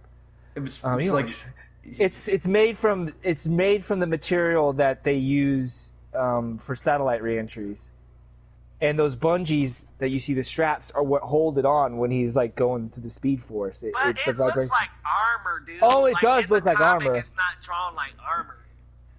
I'm always okay with things think about turning to armor. The practicals behind it, like Zack Snyder's, like it's the friction. Yeah, friction. I mean, he would if it was a cloth, dude, going that fast scientifically. If you want to put the Flash in a real world scenario like Zack was trying to do, I think that's the best kind of suit you can get. It's made from that shit that can withstand thousands and thousands of degrees of heat. He pieced it together from fallen satellites and shit. Some shit. So I mean, I think it's cool if you give it some backstory, but what it fails is Miller? Yeah, I think where it fails is the color. I mean, you put none of Zack Snyder's costumes were meant to be shown in light. And they're darker. They're supposed to be darker and muted tones. And it also has fingerless gloves. That's gay. I don't like Damn, that. bro. Sorry, Say I'm not. stuff like that. Sorry, I mean that's the old '90s kid coming into me where everything was gay and you didn't like it. Okay, it's not my style. How's that? Is that better? Sorry. Yes, that's much better. I don't like the fingerless gloves, guys. That's weird. Yeah, I'm not the biggest fan of it I'm either. not the biggest fan of that either, but like what I think at the core of it, I don't think that he acts like Barry Allen at all. Oh, hell no. I think he acts very much like awkward Wally West, which is another like weird trope, and I'm like, what?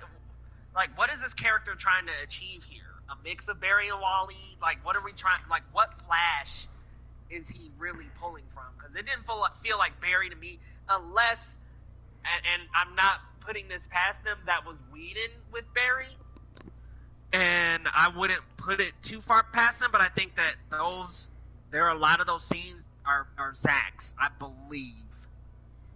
Yeah, because a lot of the comedy, there's a lot of comedy that's from Zach. A lot of people Zach said that there's only like 10 minutes of his movie in there. I don't believe 10 minutes. I don't think it's 10 minutes, really? That's it?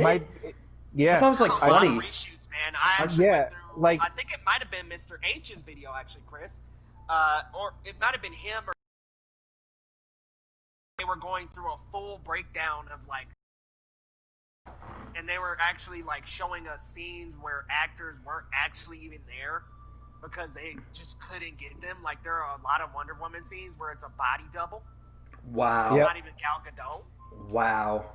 And like you could see in the shot where he would freeze frame it, he would like zoom in. It's like that's not even Gal. Like they're so sloppy, they couldn't even get the full cast back on certain days. There's some Aquaman stand-ins, like it's some stupid shit. The humor that Ezra Miller shows in that film is not on the line of Zack Snyder. I think that he was going to be funny at moments, but I think in all seriousness, there's no way he could have had a comedic person like that in his grounded in reality movie. No way. With how dark BVS was?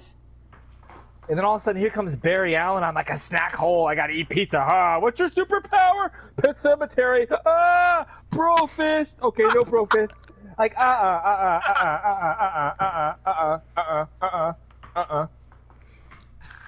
That's the same Barry that goes back in time and says, Bruce, you have to spear him. Spear him. Yeah, right. Fuck off with that shit. Well, damn. Yeah. Very Sorry. well put. I feel you're right. But let's kind of, going back to the Keaton stuff. Keaton is going to supposedly be a mentor to him. I mean, like, I'm cool with that, I guess. I mean, if he's going to be this Nick Fury-like character who just kind of goes and recruits the league and is like, look, I'm training this dude or lady to be the next Batman, and we got to form a team, I'm down. Yeah, that would be really cool, and I would love to that. see the Keaton Batman costume in the background, just like in a glass.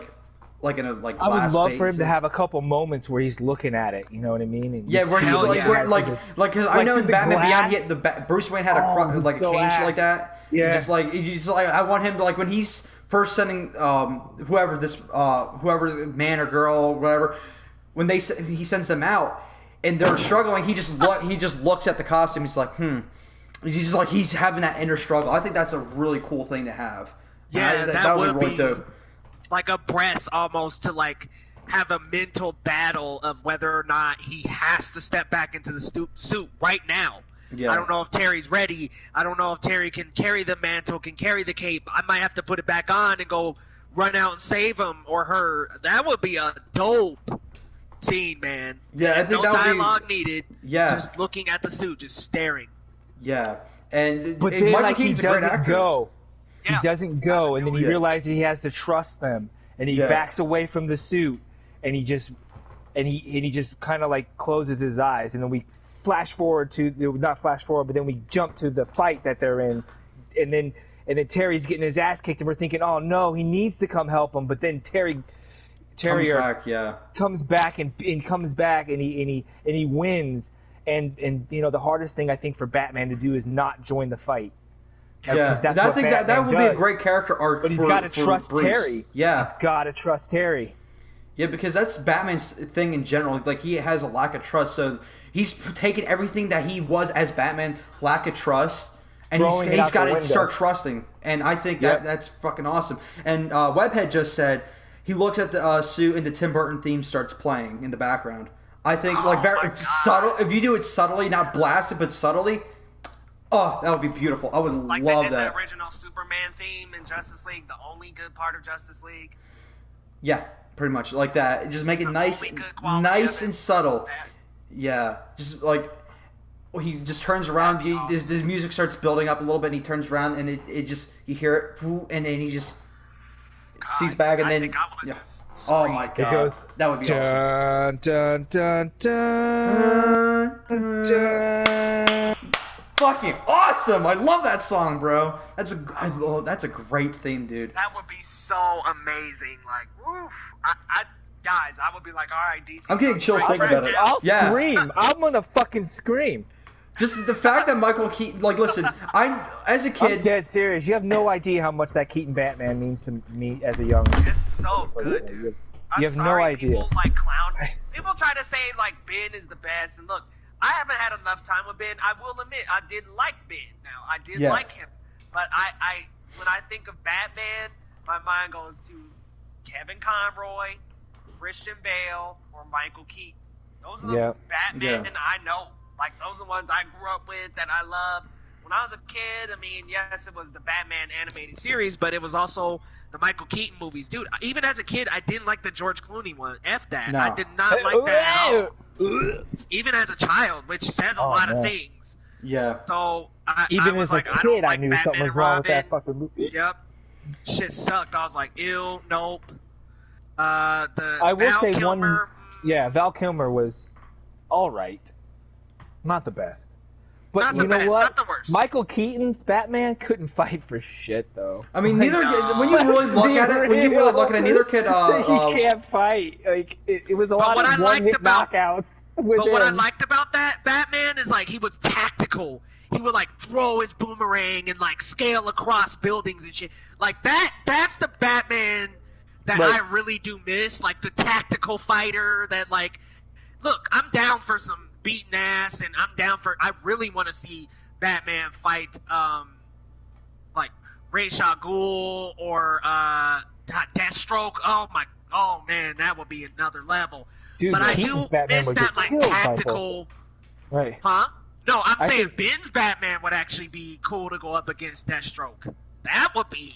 Hell, that warehouse. I would have loved to see that. I wanted to see that, and that's I think one of the biggest disappointments for me as a fan that Ben's gone. It's the fact I'm not going to see Ben's like Batman, where he was going to actually fight Deathstroke. I'm like, finally, we're going to like get some awesome fist fighting action in a Batman movie, because everyone likes to freaking jerk off the Dark Knight in the Dark Knight trilogy. But look at that movie again. Those action sequences are pretty shit. It's just him, like, it's all like, hey. I'm like, he punches, there's no speed, there's no real tactic to his fights. But, like, when you look past that and you look more towards the script and the world that he built, it's a great-ass movie. But I want to see, what I need to see in a Batman movie is badass fighting, super smart, detective skills, and a badass suit. And all three of them have not been in one movie yet. Agreed. And we need that. Agreed. And we've only seen that in the cartoons. Let's get it in live action. And I thought when, the more they were going to do with Ben Affleck's Batman, I thought we were going to get more and more into that. But hopefully with Robert Pattinson, we'll get something like that. I'm just praying, please.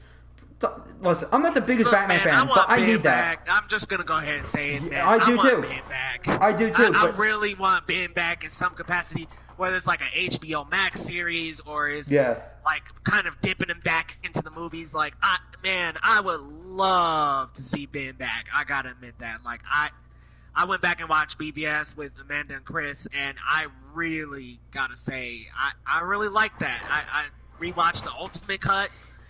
Did I love it? No, and it wasn't my favorite superhero movie, but I did like it a lot more than I remember. And I didn't like Lex, though. Lex is terrible. And there what a joke. There were definitely some problems, but really did like the Batman versus Superman stuff. I liked Ben as Batman. I love that warehouse scene. That warehouse scene was awesome. Iconic. Like that. I was like, this is the Batman the fucking world deserves right now. Yeah, like, when he this is the Batman guys, oh my god. And like, I fucking believe you. Yeah, I was like, oh my god, another scene where he was up in the corner and then that shot scared the fuck out of me. That shot freaked me out, bro. I remember when I saw that, I'm like, holy fuck, I was scared of him, and he's a good guy. Batman is supposed to be scary. That's the fucking point. Yeah. And they finally made Batman scary and animal-like. And remember when he's in the security footage where he swoops down, picks that dude up? Yeah. And his cape flippers down, you know, after he breaks into LexCorp. And I just, oh man. Like, Zach definitely had the right idea. I do not want to meet that Batman in a fucking alley. No fucking... No, sir. No. You got 3 doors. You got Nolan's Batman, you got Keaton's Batman, and you got Ben's Batman. I can guarantee you, if you walk through one of those doors, you got a 1v1. No one's going through Ben's door. No one's going through that fucking door. No one wants to fight him. Are you shitting me? You're gonna open that door, it's gonna be pitch black. You're gonna see a little spark, and you're gonna see a fucking figure in the corner. He's gonna run at you, and you're gonna be dead. You're gonna be dead. There's nothing left of you. He's not gonna give a fucking shit. At least with Nolan's Batman, he's gonna growl at you, Rachel, and then he's gonna try to fucking punch you. A monologue. Right. And the Keaton's Batman, you'll be like, I mean, maybe I could take you. Let's do it. I'm on fisticuffs. So I'm talking to Amanda, and she brings up a really good point that Ben was kind of mentally really fucked up during that time. So it probably wouldn't be best for him to come back. So I kind of am changing my tune a little bit because I think as a person it would really fuck Ben up. Yeah. But if he ever got to the capacity where he was like, you know what? I think I could come back. I think I could do it again and be okay. HBO series. If that was okay, cool. I would greenlight the shit out of a Batman mini-series or whatever, any kind of involvement. And I'm glad to see that he's at least excited for Zach and excited about the Snyder Cut. Yeah. And excited for everybody else. He's following everybody on Instagram again. He's really getting out of it, and I'm really happy to see that this is something that could contribute to that. I don't think being Bruce Wayne was his problem. I think all the bullshit surrounding absolutely. Yeah, I think more mental capacity. The tabloids is the problem. The tabloids and all the media coverage. If he can come back and it's a different environment for him, I think he can handle the duality, because that Bruce Wayne isn't he's no longer going to be that tortured. Going forward, Bruce, when he accepted Superman as a human, I think in BVS when he says Martha's not going to die tonight, he changed. I don't think that Batman was going to go home and take pills and drink, after that. I think even in that capacity, Batman even found his own humanity again, because he was losing it. He was losing faith in the system. He was losing faith in shit. And I think if we can get that Bruce Wayne where he doesn't have that hardcore edge, and it's more but you know what? You're right though, but getting in that mindset of being that dark and foreboding, and the reason why your character is that way is because your parents died, and in order for an actor to stay in character, they put themselves in that emotional state. I could totally see how that could fuck with your head. But if you're in the right support structure, if you're around the right people, I think Ben will flourish. And we didn't get enough of him, and he was... Dude, I thought he was a great Bruce Wayne as well. So, there's so many plus. I love the suit. I have the book, you know what I mean? The movie book, behind-the-scenes shit. I love it. His mental state at this point is the most thing that I care about, because he looks good. He seems to be in good spirits. And if staying away from Batman is what's best for him, then fucking I'm yeah. I definitely agree. But let's say if he was in the right mental state, to do let's say a 3-part miniseries, and each episode it's an hour long, so it's just it's a 3-hour movie. My God, so who would you want to be the main villain? I'll start. I think it's obvious. I want to see a Deathstroke. Yep. I want to see, again, I want to see that great combat, like back and forth. And Deathstroke's not just a villain that is physically challenging. He's also mentally challenging. He's very smart. A lot of people tend to forget that Deathstroke is got higher brain capacity because he's enhanced. So I feel like that would be awesome. And you can have Deathstroke hire other like villains, iconic villains. I think it would be cool to see a Clayface being hired by a Deathstroke. I think that would be kind of cool. But what do you guys think? Who would you, if you're like given reigns, like, okay, what villain you want to see? Where are you guys going with it? Deathstroke, because I would love to see a story, a 3-parter where they encounter like a few times throughout the series, and like the last part is like them battling it out, like a full hour of them going at it. I can see that. Yeah. I would love to build it up to where it's like, okay, they kind of confront each other in that first one, and then in the second one, maybe they're trying to survive something. Ooh. And then in the third one, they both survive whatever it might be, and then end up like fighting each other, duking it out. Like I'd be down for some shit like that. It's simple. Yeah, that would be really it's cool. An easy storyline, but I mean, it could be complex. But I don't really need to see that out of a 3-part miniseries, you know? Yeah. And what about you, Chris? What would you want to see as a villain? Let's stay with the Deathstroke idea. If it was to do a series, I think it would be cool if he was teased as the big bad. Like Batman's going up against his rogues gallery, and he doesn't know who's throwing these guys at him necessarily. But it's Deathstroke fucking with Batman, and Batman doesn't, he knows that someone else is behind the strings, but as we go on and progress the story, as he kind of faces like some of his rogues gallery, it come to find out it's Slade and Deathstroke, you know what I mean? And, Batman kind of, I won't say Batman kind of confronts his match. Yeah. A guy who's just as skilled as he is, just as tactful, just as strong, all that. And Batman trying to figure out through the series who's this overarching thing that's like, throwing Alfred's was like, these guys aren't coming from nowhere, and he's like, I don't know, someone's pulling the strings or whatever, and you kind of like it's Slade. He's like hunting him almost. Yeah. And he's testing his prey for weaknesses, and while he's fighting these bad guys, Slade Wilson is watching from afar, studying Batman's tactics. Yeah. I think it'll be fucking cool. So when Batman goes up against him and tries shit, and Slade's already 2 steps ahead of him, I'm like, yeah, give me that. That'd be badass. More than just fist versus fist, but their brains come into it too. Yeah. I think that'd be cool. Webhead brought up what was supposed to be Ben's idea, and I definitely would love to see this on a 3-part miniseries, hour episodes each. So Ben gets trapped. Yeah, Assault on Arkham, where he gets trapped in Arkham Asylum by Deathstroke, and while he's literally fighting for survival. Oh my God. Yeah, you got all his iconic rogues gallery, and he's fighting them, and they gotta be like, the rogues gallery he fights have to be so different. So when Deathstroke's watching, he's like, okay, so with I don't know, like a Joker, that's how he acts. So with a Clayface, with a Riddler, I could see he's smart. I could see how he moves, how he thinks, how he comprehends. So when he finally gets out of Arkham, he's met by Deathstroke, and that's going to be the finale. It's just like at least the Deathstroke's going to be a fight to the death, but Batman doesn't kill. So I think that would be a really awesome idea, and it's just like a non-stop action ride, like John Wick 3. I'm not sure if you guys saw John Wick. Batman is not untouchable. He like, at first he's like very skilled. He's not getting hit that much because he's super tactful, but he starts getting tired, and you see him getting winded. And I think that would be fucking cool to see Batman just like physically exhausted. And when he's finally physically exhausted, he's met with Deathstroke. I think that's a fantastic idea. So he can't just punch his way out of it. He's got to really think. He's like, listen. But then like Batman's already like planned for that. That'd be so badass. Oh my God!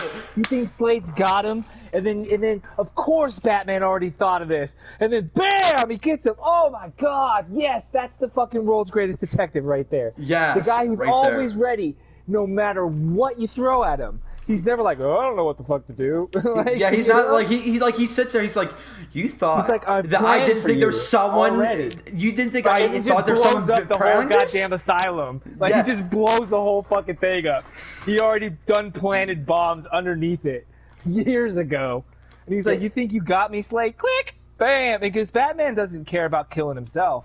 Let's be real. No man dresses like a bat runs out there and fights crime with no superpowers thinking that, I'm not going to die. I'm not going to die. Right. I'm not gonna die. Like, it's constantly on your mind, bro. Yeah, I think the idea itself is so awesome. Like throughout the episodes, like you subtly tease, like you see the cameras kind of like jerking towards him, so he knows someone's watching him, and so you don't draw a lot of attention on it. Like make it in the background where the cameras are moving, and Batman's just like, yeah, I saw cameras moving. And plus, this doesn't happen on accident. I know someone's behind this, and someone's watching me. So therefore, I deduce that you're trying to watch how I think, how I move. You think I'm fucking stupid? That would be fucking cool. I think the way that Slade Wilson gets the upper hand on him is he doesn't fully comprehend just how smart and tactful Batman is. So that's why he starts getting hit, because he's holding back. And arrogant is going to get in the way, and Batman has a contingency for a contingency for a contingency.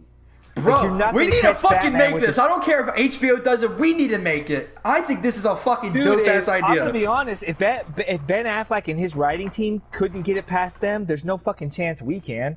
Like, they submitted this movie, and they said no. How the fuck do you say no to a raid-style attack on Arkham? Assault on Arkham. How do you say no? That's a wet dream waiting to happen. Right. The best part of BVS wasn't the end fight. It was the warehouse fight. So how the hell do you as Warner Brothers say, nah, they don't want more of that? The fuck we don't. It's such a dope idea. The fuck we don't want more of that. It's such a dope fucking idea. And they're like, nah. Nah, we don't want to do that. What? What? It's hard to comprehend, dude. We're going to have Matt Reeves do his own thing. But it's not connected to anything. they gotta do some convincing. They gotta do some. We gotta like start adding Ben Affleck on all our tweets and like all our posts and be like, yo Ben. It's just like hopefully he's like, okay, maybe some people want to see this. Maybe of course he knows that we want to see it. Yeah, but you just gotta let him know, like, because right now he's not in the greatest mental state. So you just let him like, yeah, we're supporting you, and when you're better, we still want to see it. It's not like your idea was bad. We know the studio shit on your idea, but just know we're here to support you. We'll support you. I'll watch it 15,000 times. I'll never drop HBO Max if they ever. I'm like, listen, never gonna cancel Max, bro. Yeah, if that's a reason, like if I had to spend $15 a month just for the rest of my life just because of that, okay, it's worth it. Worth it. HBO Max, if you're listening and you want our dollary dues, get the fuck on it. Seriously, like if you want more Zack Snyder's like Snyder Cut release attention, release this. Release it. Just make it. Just say, yeah, we're doing like Assault on Arkham, survival with Deathstroke and Batman. I'm like, got a little chubby going. I'm ready to go. Sees the trailer. Okay, I'm ready to go. I'm fully aroused. Let's do it. Because Ben Affleck goes on a talk show and he says, we just couldn't make it work. How? I don't understand that. Ben, he's an Academy Award-winning writer. Do you guys not forget that? He's an Academy Award-winning screenwriter for that stupid movie, I forget. With Matt Damon back in the day. Good Will Hunting? Good Will Hunting. I love that movie. And you're trying to tell me that you were writing with Chris Terrio, and you're just like, nah, we couldn't make it happen. Huh? That's bullshit. No, we all knew it was a flag. Yeah, no. I think the studio. I think what he wants to say is maybe the studio lost faith in him because if he was going through that stuff, the alcoholism. Yeah. I think that played a part in it because I really don't see like. Remember how hyped everyone was saying that this Batman movie was? Like, it's coming out. The Batman. Ben Affleck starring, directing. Ben Affleck starring, directing. Like, yeah, I remember the news like coming out about that, and dude, I was hyped. I was too after Argo dropped. Right.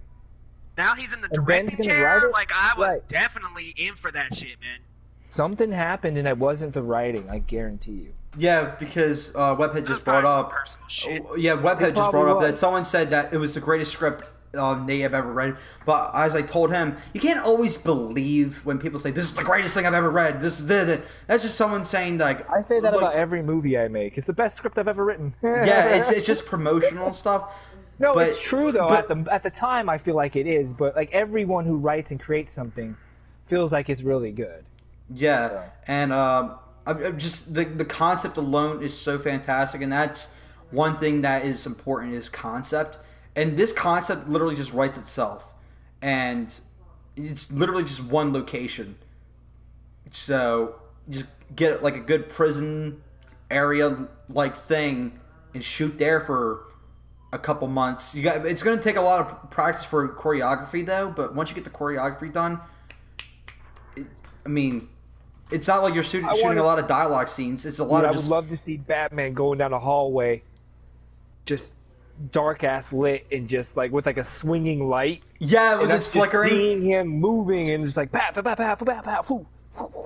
Yeah. Oh my god. Yeah, and like there's like 20 like regular guys, not supervillains, just regular guys, and they're like, "Hey, bats!" And they're cracking their knuckles, and he just cracks his neck, lights flickering. All she hears, bah, bah, bah, bah, bah, bah, bah, bah. 5 seconds later, they're all on the ground, just freaking busts up, faces blood all over the place. He's like, he just walks away, doesn't even say anything, doesn't even acknowledge their existence. 5 to 10 seconds. That's all it took him to take down 20 guys. I think that would be really badass. Right, and he has to use his detective skills, and we see him maybe creating his own weapons. Oh my god! You know what I mean? Like, there's why isn't this a fucking thing? What do you mean? Do you see why I don't think it's the fucking script? It's definitely not the script. Because if we can think of this, they can think of this. Yeah, because they sit there days on days on they're days on better end. at it than us. Yeah, they sit there days on days on end, and they definitely thought of this at least 15, 20 times over. So, it's definitely got to be faith in Ben Affleck. In fact, with just all the personal shit he's going through. But like, I'll sit there and pray to HBO Max every fucking night. I'll tweet them and be like, yo, buddy, please, do us all a solid. Do it. For 20, 50,000 years, I will never give up my HBO Max account. I'll literally I'll get a credit card before I die that's set for $50,000. I'll put it on HBO Max. I'll tell the credit card company, do not cancel this card until I have no money left. And then HBO Max will get that. I'll say this, man. HBO Max, I'm not canceling ever, period. Like, right now. Nah, I'm probably not either. What I have right now, I am very, very satisfied. The TCM library is great. Let's see, the Studio Ghibli library is amazing.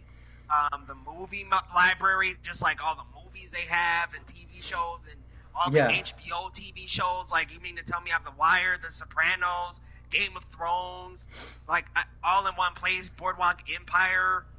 I have all that, Euphoria. Like, I have like money hitting shows. Like, I mean, Ballers. There's just not. Yep, Ballers.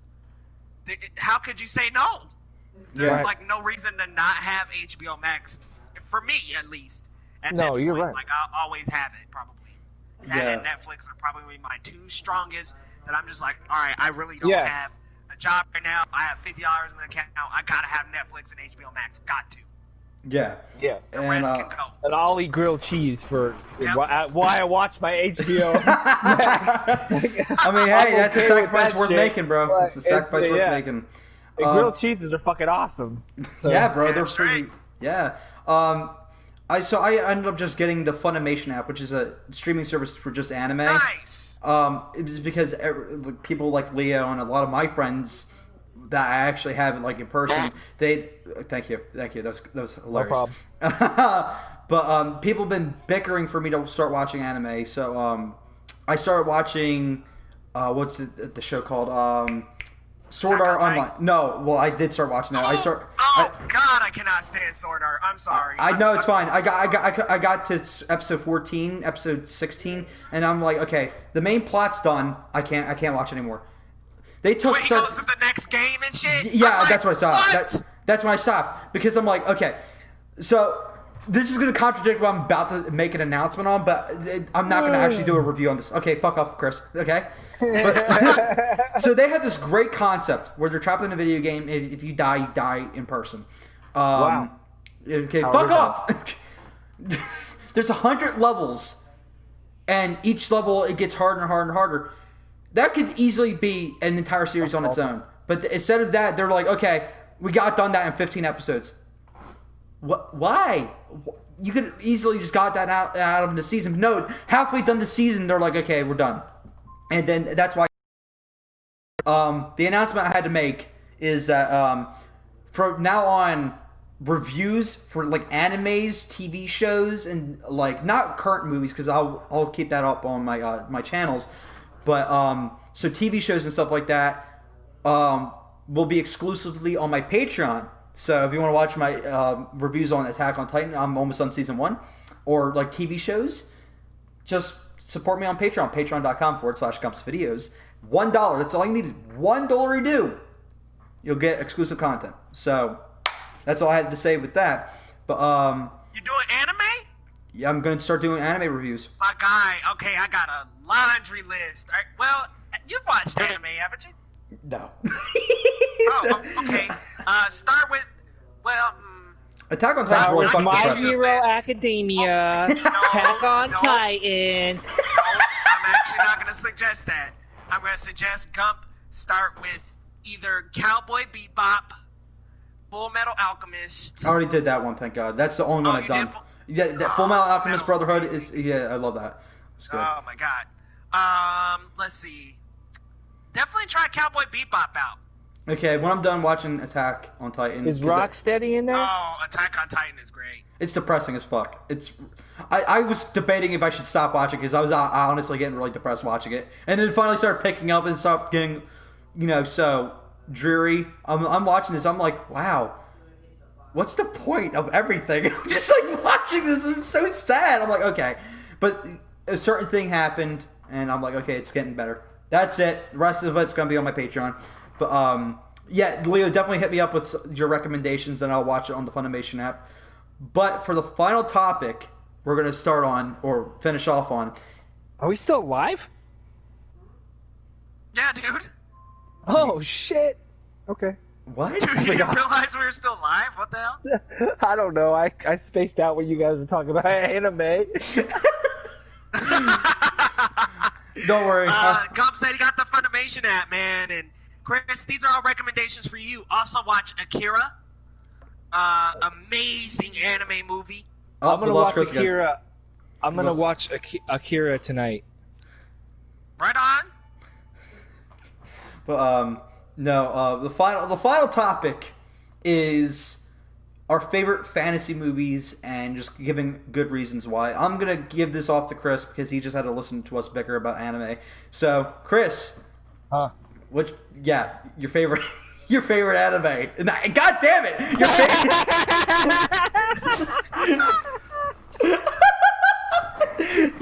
Your favorite. He's like the one with Bebop and Rocksteady. I like that the one. with Bebop and Rocksteady. That's my favorite.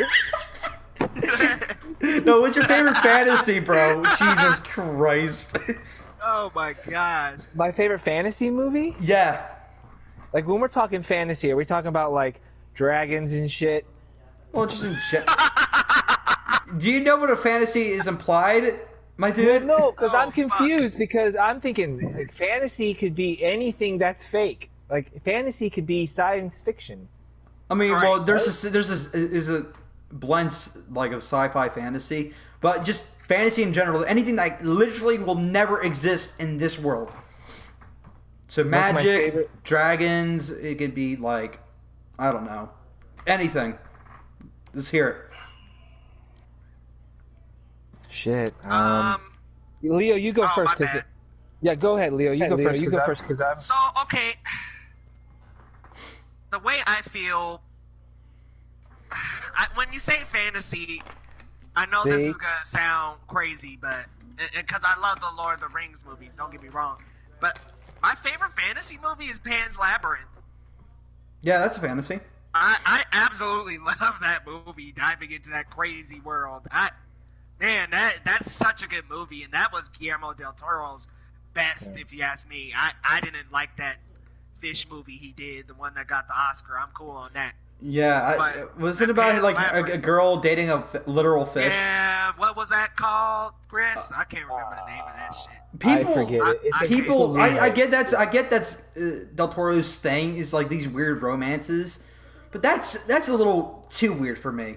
I don't know. That might make me a phobic, but I'm sorry, I don't want to see a fish dude creature thing like blow bubbles in the water towards a girl and make a heart out of it. I don't know. To me, that's a little weird. I'm sorry. Yeah, you know what I'm saying? It's weird. But continue. Sorry.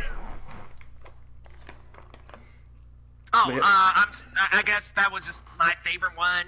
I do like the Lord of the Rings movies, don't get me wrong, but they're not the first thing I retreat to. I'm definitely, like, whenever there's that whole question of is it sci-fi or fantasy, I'm sci-fi for sure. Oh, sci-fi is my thing. Yeah, 100%. Yeah. But, yeah, for me, Pan's Labyrinth for sure. Have you all ever seen Excalibur? Yeah. Excalibur? Excalibur is probably my favorite fantasy movie. That or Willow. The 81? Yeah, the 80. It's not 81. It's like 82. Oh my God! Relax. Wow, you get it wrong. It's 82, not 81. I'm like, Jesus Christ, Chris. I'm sorry, but it's 82, I think. But I like Excalibur or I like Willow. I can't pick. That is a good King Arthur movie, though. Excalibur. Dude, I like how it's so bad, but you know that trailer song that everybody knows? Dun dun dun dun dun dun dun dun dun dun dun dun dun. That comes from Excalibur, man. That's the theme for Excalibur. Really? Now I know. That's actually awesome. Go like all the things they were trying to do with that movie, man. I just love it. It's so 80s, but it's like so 80s, right in that, where Neverending Story was coming out, Labyrinth, and all those weird ass fucking 80s movies and shit. For me, it stands out. It's Excalibur, man. Yeah. For me, I didn't become a fantasy guy until much recently, like probably like a year or two ago. Because like you guys, I'm sci-fi all the way. I love science fiction. I think that shit's so fascinating. But I used to not be much of a fan of Lord of the Rings, and then I recently did my rewatch on it. Even though I still have I rewatched them. Even though I still have my problems with it, it's fucking incredible storytelling. I think it's great with building up a world. And when I was watching it this time around, I was watching as Tolkien's point of view of the war, because that's why he was inspired to make the Lord of the Rings. So when I was watching that, I was just like, oh, that could mean this, oh, that could mean that, and that gave it a little bit more value to me.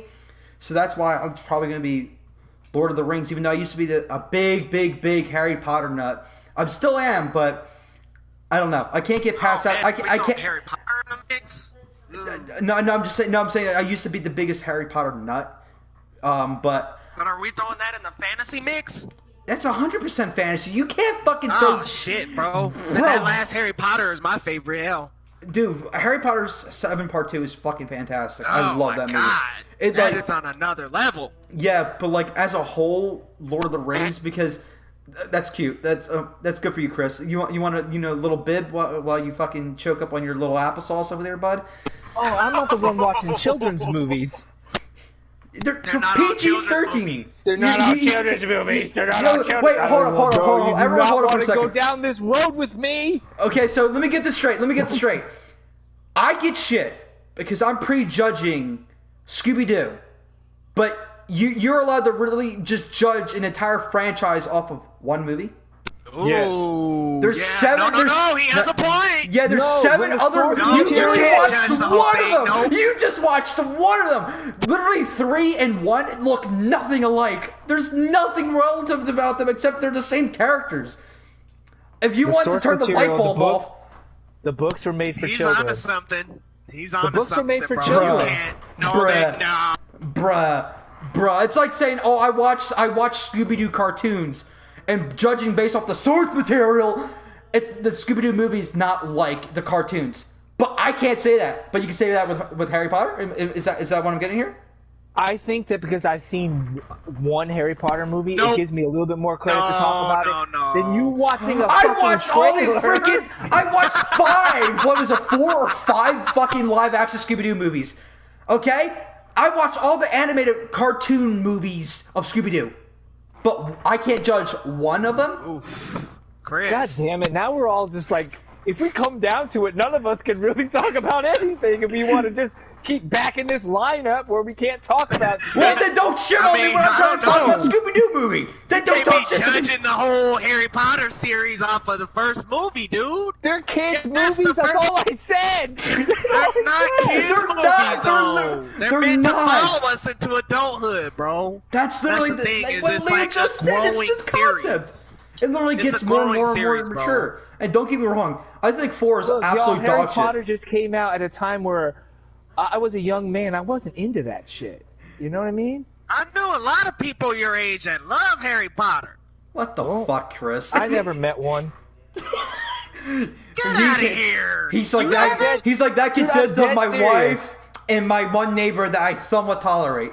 He's like that's what he's A good considering. amount of the people I work with No, are same over here. I 30 work with all women, and they've they watched all love Harry that Potter. shit. Yeah, well, Dude, when I remember Yeah, watching well. I watched Deathly Hallows Part 2. I'm a big fucking disappointment. I don't know what you want me to say. I remember watching Deathly Hallows Part 2. I was the I only love you, real Chris. kid there. I was the only kid there. Everyone else was like in their 30s and 40s. I don't know what Really? you're talking about. I was the only kid there. It was opening night at it was like at 10 o'clock on a Thursday, and I remember it was like just mostly adults, 30s and 40s. believe that. Oh, man. Yeah. My friends were like, what do you want to go see? And none of them ever went, like, let's go see Harry Potter. I only Why watched do you the say first it like one that? because I only watched the first one because I was trying to get with my girlfriend. Like, I was trying to, have some sex. That And I is wasn't even so- really... I know. I was trying to get some I sex. didn't even get any. Like, she fucking fell asleep. So, I'm because like, you couldn't she fell score, asleep. because your ass couldn't score, you're gonna hold that against the Harry Potter movies? Bruh, salty much?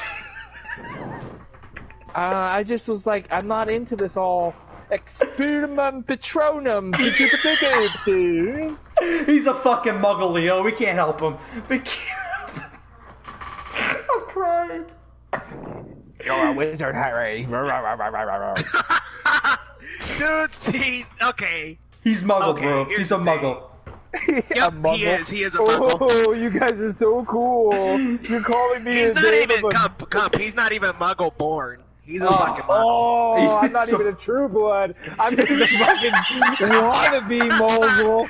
That's not it, my man, but keep on trying. I'm sorry. I'll figure it out. Give me a second. The gears are just trying to rust off. They're trying to move, but they can't, bro. He's not able to cast some spells, bro. I think I saw bits and pieces of that one teacher that was like a fake. He was like faking being That's 2. something. Yeah, I saw bits and pieces of that, and I was like, yeah. To be fair, those were both directed by Christopher Columbus. I got my wand! Look, I got my wand! I'm official! I got my wand! It looks like a fucking stick you found outside. I got a wand too. Hold on 1 second. Let me go get it. Okay, here's a real muggle test. Okay, what's the difference between a wand and a stick? What's the difference between a wand and a stick, bro? The stupid little guy who's controlling it. That's the difference. No. Obviously, he's not really source material, so therefore he cannot judge. Because everybody knows that certain wands have phoenix feathers inside them, and some of them actually have unicorn horns in there. So therefore, the creatures are magical, controlling the stick, giving the stick, the wand, magical abilities. And since you're a fucking muggle, you don't know that. Dog shit. Yeah. Oh, there he goes. He's choking up his If you applesauce have again. to fucking give me that explanation on a stick, fuck you.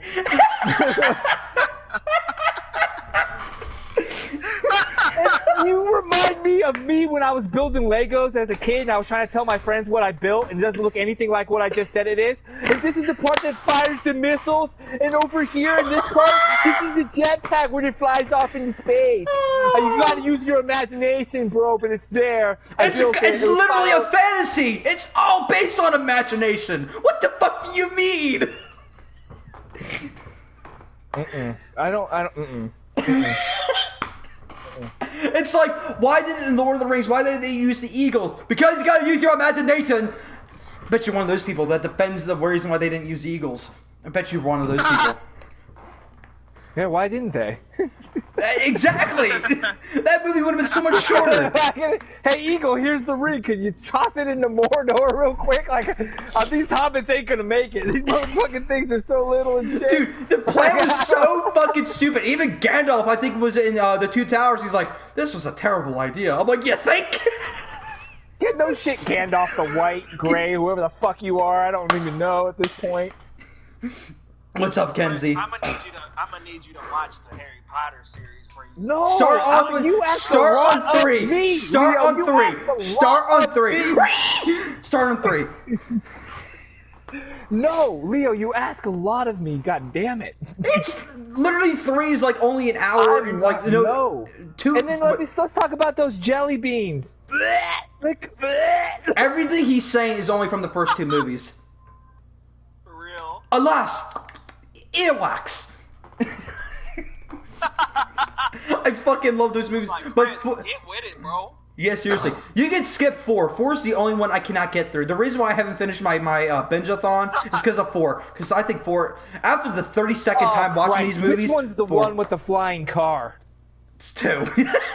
Everything he's bringing up is from the first 2 movies, bro. Come on. No, I've seen the first 2 now that I've mentioned it. I've seen the second one. I just don't remember anything but the stupid shit.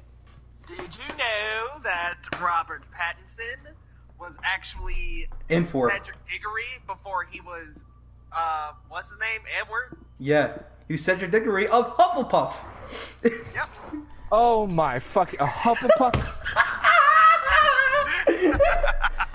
Yeah, Chris, clearly someone of Muggleborn when I know you're Hufflepuff, Ravenclaw, right now. Gryffindor, and Slytherin. Everyone knows those 4 houses. You fucking simpleton. Dog shit. What house Chris, are I'm you, gonna Chris? need you not to Whichever one has tacos in it. Chris over here. I'm always a Gryffindor. What are you, Gump? What's your house? I get 2 different ones every time I take the test, but I always lean more towards Ravenclaw, even though there's times right where... on. Yeah, sometimes it tries to put me in Hufflepuff, but like 80% of the time it aims me towards Ravenclaw. I'm like always Gryffindor. Even the sorting hat, the actual hat, sorted me into the Gryffindor house. Put the sorting hat on Chris. He's like, ew, gross, Muggle. He's gonna fucking kick him off. No, You it's not belong gonna to work the on me janitor's because I don't closet. believe it. You You have to belong to- believe it. You have to believe in all the power. You don't believe it, that's why I can't. It doesn't work on you because you don't believe. Cunt. The hat would just call me a cunt. And the thing you don't believe. You useless piece of shite. Get out of here. Because I remember Harry going, please not Slytherin, please not Slytherin. Oh, you don't want Slytherin, do you? You have a hat that talks, and this is fucking ridiculous. But nobody seems to fucking care. Chris is such a simpleton with no imagination. You call yourself a filmmaker, sir? Dog shit! Tell me you I don't gotta have believe. imagination. The words of SpongeBob SquarePants himself. Imagination. And you, sir, do not have imagination. Probably hasn't even seen that episode. Fucking simpleton. He's like, what's SpongeBob? I would have been dead. No, I like SpongeBob. Because it's sometimes it's inappropriate, and I don't know how the hell they got past the censors. Oh, dude, the first like 3 seasons are fucking sketches, all shit. But I love Patrick. I love Patrick. Dude, is mayonnaise an instrument? It's fucking great. Like, it's funnier with me because Patrick reminds me, in the worst way possible, reminds me of my best friend, one of my best friends. My best friend, love him to death. He's not exactly that brightest apple in the tree. We bust his balls about it all the time. But I started playing SpongeBob Battle for Bikini Bottom, and I was just listening to Patrick's dialogue. By the way. It's fun as shit. I started recording it for Leo's channel, so Geekly Goods, make sure you go subscribe. Tuesdays, watch out. No, but I was watching Patrick's dialogue and just how he interacts. I'm like, it's fucked up how much Patrick reminds me of my best friend. He's like, he's such a simpleton. I think everybody knows a Patrick. Hey, what's going on, Chris? Hey. Oh, what are you talking? Like, I have a friend that I talk about shit, and he goes, "What? What? Huh? Huh?" And every huh? Huh? What? And then you got Sandy. Sandy, I love Sandy. I wish I was in Texas. Dude, she's a Texas fucking squirrel that lives underwater. When you really say it out loud, it just makes you. I nearly spit my drink out. I nearly spit my water out. Hearing that out loud, I'm just like, what? She's a Texas squirrel that lives in the ocean. Mr. Krabs is like this stereotypical Jew. All he cares about is money. And he's like, they're trying to steal me Krabby Patty formula! Right. And his fucking daughter is a fucking humpback whale or some shit. I was like, this is fucked up. This is fucked up shit. I remember there was always a joke like, okay, you got Mr. Krabs, his daughter. Who's the mother? And it makes me think, Mr. Krabs had to have been a top because there's no way he would have survived if he was the bottom. Just saying, he would have been fucking crushed. Oh my god, that's fucked. What? All right, Gump went there. Yeah, I went there, bro. Yeah, I went there. We were all thinking it, and you know it. You just didn't have the balls to say it. Yes, you were, you sick son of a bitch. No. Not me, sir. Not me. No, I wasn't at all curious about the mating. Just think it. Keep that one to themselves. Just to confuse people some more, it's gonna be a fucking orca whale. The mother. It's gonna be an orca whale, and they're like orca whale plus crab equal humpback whale. Gump done had this fucking shit. Gump's not even thinking. He's like Cartman. I've been thinking of this shit. I spelled fan fiction. Of course you were, because you're into that shit. You're hardcore into that crazy dumb shit. Dude, listen, SpongeBob, all those. I never once watched a fucking episode of fucking SpongeBob and went, who the fuck fucked the crab? It made a sperm, because you know what she is? She's a sperm whale, I think. Oh, like it makes so much sense. So does that mean Mr. Krabs actually gave birth to the sperm whale because sperm? Question mark. We're asking scientific questions here. It makes sense though, because Mr. Krabs is like so pissed off about making money because he's got to pay child support. Everything's about like, and it's what Plankton and him were in a joined union, and they adopted the sperm whale kid, and they separated, and now Plankton's pissed off and tries to steal Krabby Patty formula, and that's all I got. Dude, this is gonna be the plot of SpongeBob 3, the movie that's coming out. It's a prequel. Keanu Reeves is gonna be the judge. That just says everyone wins, and normally that would be cheesy and cliche, but since Keanu Reeves said it, it made sense. It's all good. It's all good because a literal talking bush said it. So, yeah, favorite fantasies, everybody. Good God. Dude, I'm dying, bro. Can we not talk about something and not go off on a fucking tangent? That's why I only have 3 topics at all times, because I'm like, okay, normally we get on serious tangents when there's just 2. And I'm like, okay, we're going to have a third. So I had like 5 topics. I'm like, no, let's erase the 2. we don't need them. The first hour was us talking about the magic school bus.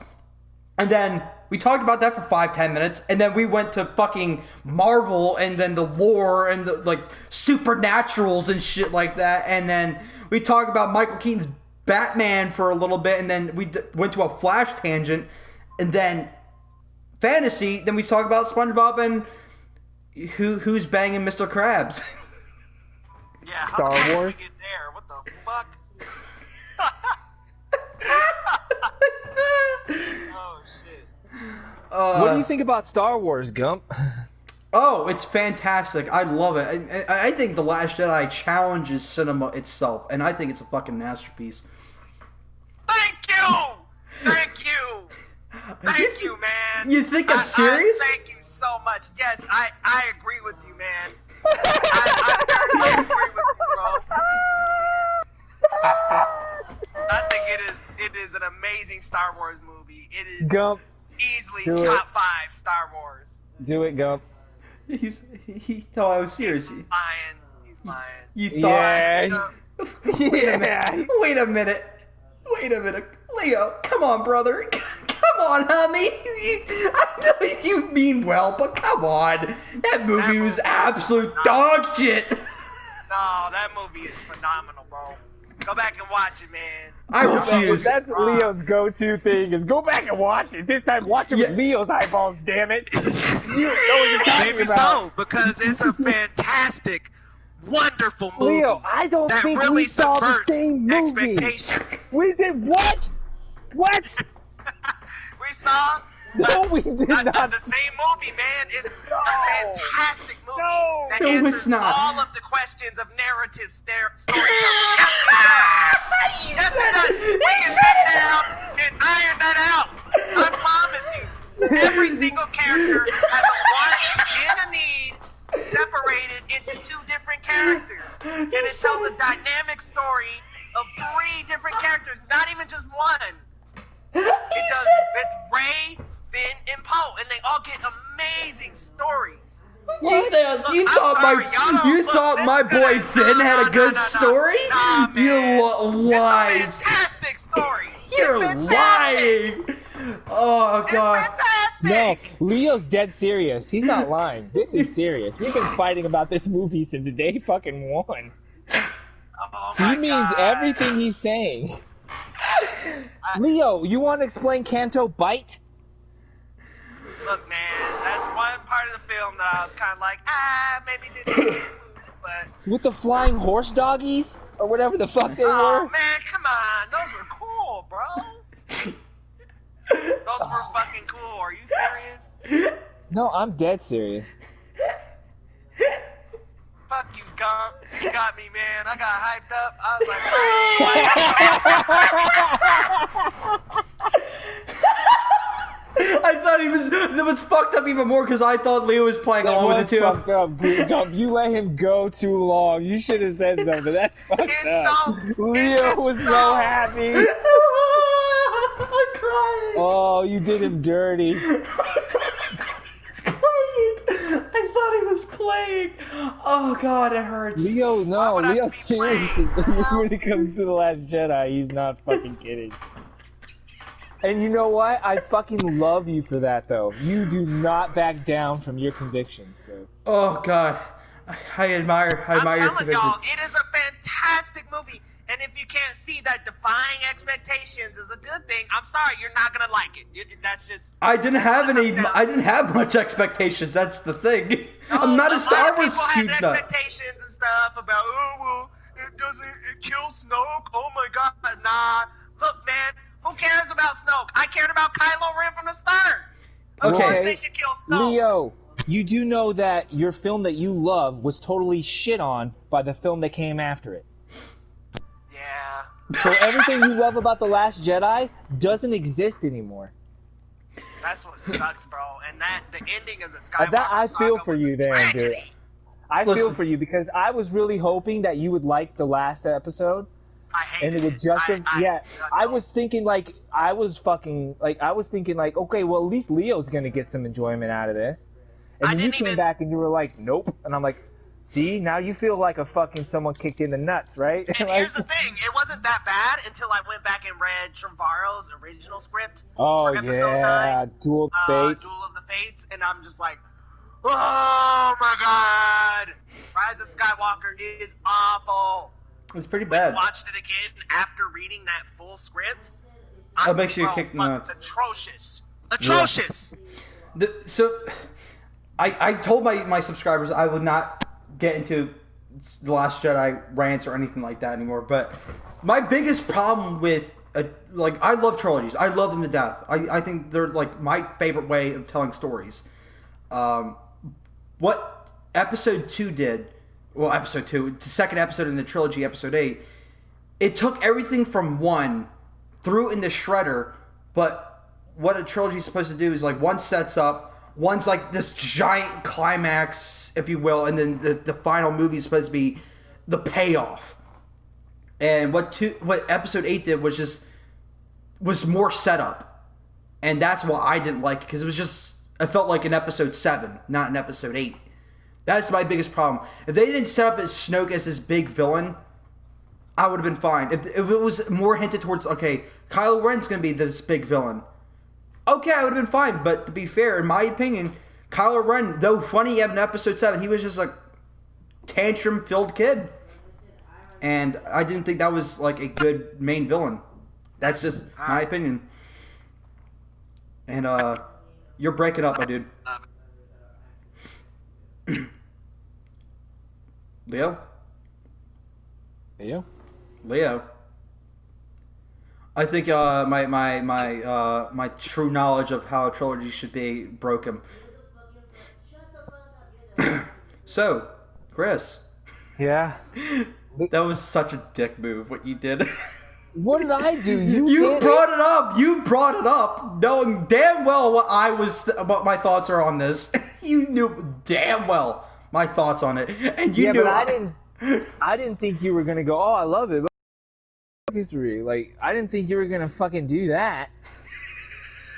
Poor Leo, man. I think he's just so tragic. Did Leo just bounce on us? Where'd he go? No, we would have seen it. I think it's either his internet's lagging or his mic is all fucked up. So he's got to probably unplug and plug it back in or something like that. Hello. There you go. See, he was listening. So I think, yeah. But hey, I'm not gonna be one of those people that shits on people for liking it. Wait, none of us that said that Star Wars was our favorite fantasy. No. Never really was. I mean, I gotta say, the Skywalker saga just ended on such a sour note, man. Look, I love those original 3. Don't get me wrong. The original trilogy, masterpieces. But the prequel trilogy, the fucking first episode was awful. Second episode was absolute, bottom of the bottom. Yeah, that's episode 2 is easily the worst. Yeah, and then the way that the fucking trilogy, the third trilogy ended, just is so heartbreaking. Yeah. Had wanted it to end on a different note than that. How is Rogue One a better Star Wars movie than 8 and 9? How the fuck is that possible? I have no idea. Because it's supposed to be an offshoot. And what's crazy is 9. What's crazy is with Rogue One, the first 2 acts in my opinion, weren't all that great, but that final act literally saved that movie for me, and that final shot with Vader, oh my god, that Vader! Moments. That's why I want to see a Vader movie more than anything. I'm not the biggest Star Wars fan, but I feel like Vader needs a solo movie. Where, I would love to see a Vader he had a prequel series. No, that's Anakin. That's Anakin. But I'm talking about Vader, because with Vader, I want to see the inner struggle with him trying to he wants to be a good person because he had good intentions. It's not a struggle. No, once he goes to the dark, it's no longer a struggle. No, because you see when you see Luke, when he sees Luke, he's trying to balance. That's what good. That's what Luke did for him. He brought him back to the light. Vader was very much in the dark. Very much. Pretty much definitely. After episode 3 and after Padme died, that was it. Yeah. He was fucking for the Empire. That's it. I don't know. I just feel like there could be there's definitely an intriguing story with Vader. Just you know what the story of Vader, what would be cool is actually if they borrowed the story from the Marvel comics and had him trying to overthrow the Emperor. See, that's awesome. Yeah. I think that would be like Yeah, because in something the really Vader cool. comics, every time you think he's gonna have a sincere moment, Anakin's breaking through. He just fucking kills that. He Yep. just kills it. You see, that's what I want though. He just doesn't. In fact, that Vader actually relishes in his own pain to get his power. So yeah, it's like, because yeah. Go ahead, Leo. he actually goes through like a dream montage in the end of the comic, like he's put under a spell, and it's a younger him, and he fights and defeats him pretty easily. And then Padme shows up and tries to like beg him to come back, and he chokes her.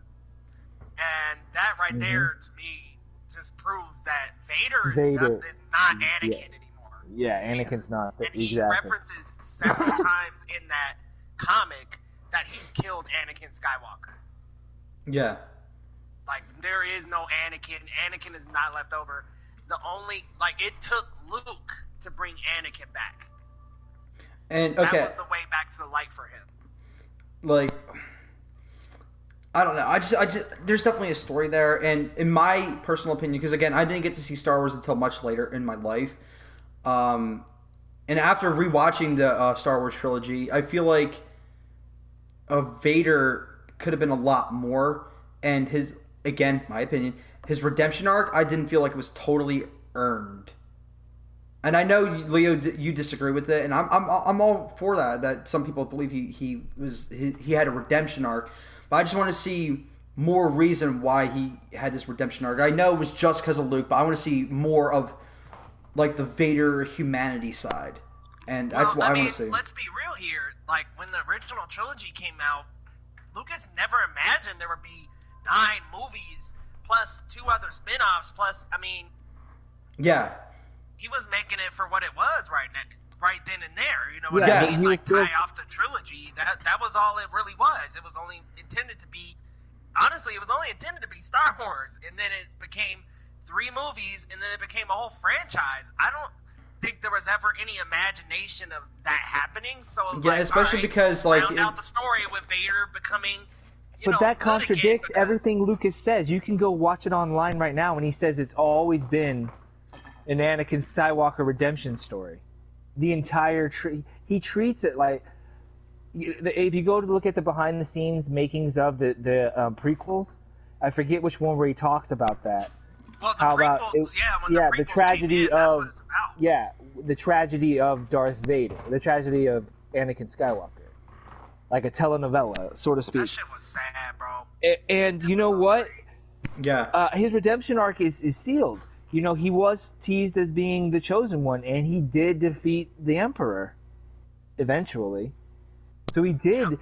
His arc, you know, I think his arc was there. Now, was his arc there over the 3 films? Because no, the first film, he was just generic bad guy. Yeah. He wasn't Anakin Skywalker until the second movie. Yeah. You know, even when Obi-Wan says, you know, Vader killed your father, and in the comic books, it's a nice reference to, yeah, Vader metaphorically killed Anakin Skywalker. That's for damn sure. Yeah. So I think that's really cool how the Vader comics go. If you're not watching, you can actually watch them too. But if you're not reading the Vader comics, man, you're missing out. My best one of my close friends told me about it. Yeah. It's dark. It really is, and like Vader is plotting to overthrow the Emperor the whole time, and it's just like really cool to follow Vader and see like his tactical mind and stuff. Yeah, because I want to see more badass Vader, because everyone keeps saying like Vader is this like super powerful villain, and I get it from the comics, he is, but I want to see that put to the big screen, because what we got in the original trilogy, for obvious reasons, we couldn't really show that off, but. And hell, even the lightsaber style wasn't developed in the first series. I mean, because all of the the limitations. In the first trilogy, Lucas refused to not let them put not one hand on the lightsaber. He wanted it to be more akin to samurai. Yeah. Yeah, so like, but George Lucas lost his mind when he did the prequels and they're flipping their swords around and shit. Yeah. I mean, because it contradicts. But what I was saying, what I was trying to say is, Fuck, now I don't remember. Because We're I can talking talk about about Vader. What was I gonna say? I was gonna say something. I really wanted to see him hunting down the Jedi.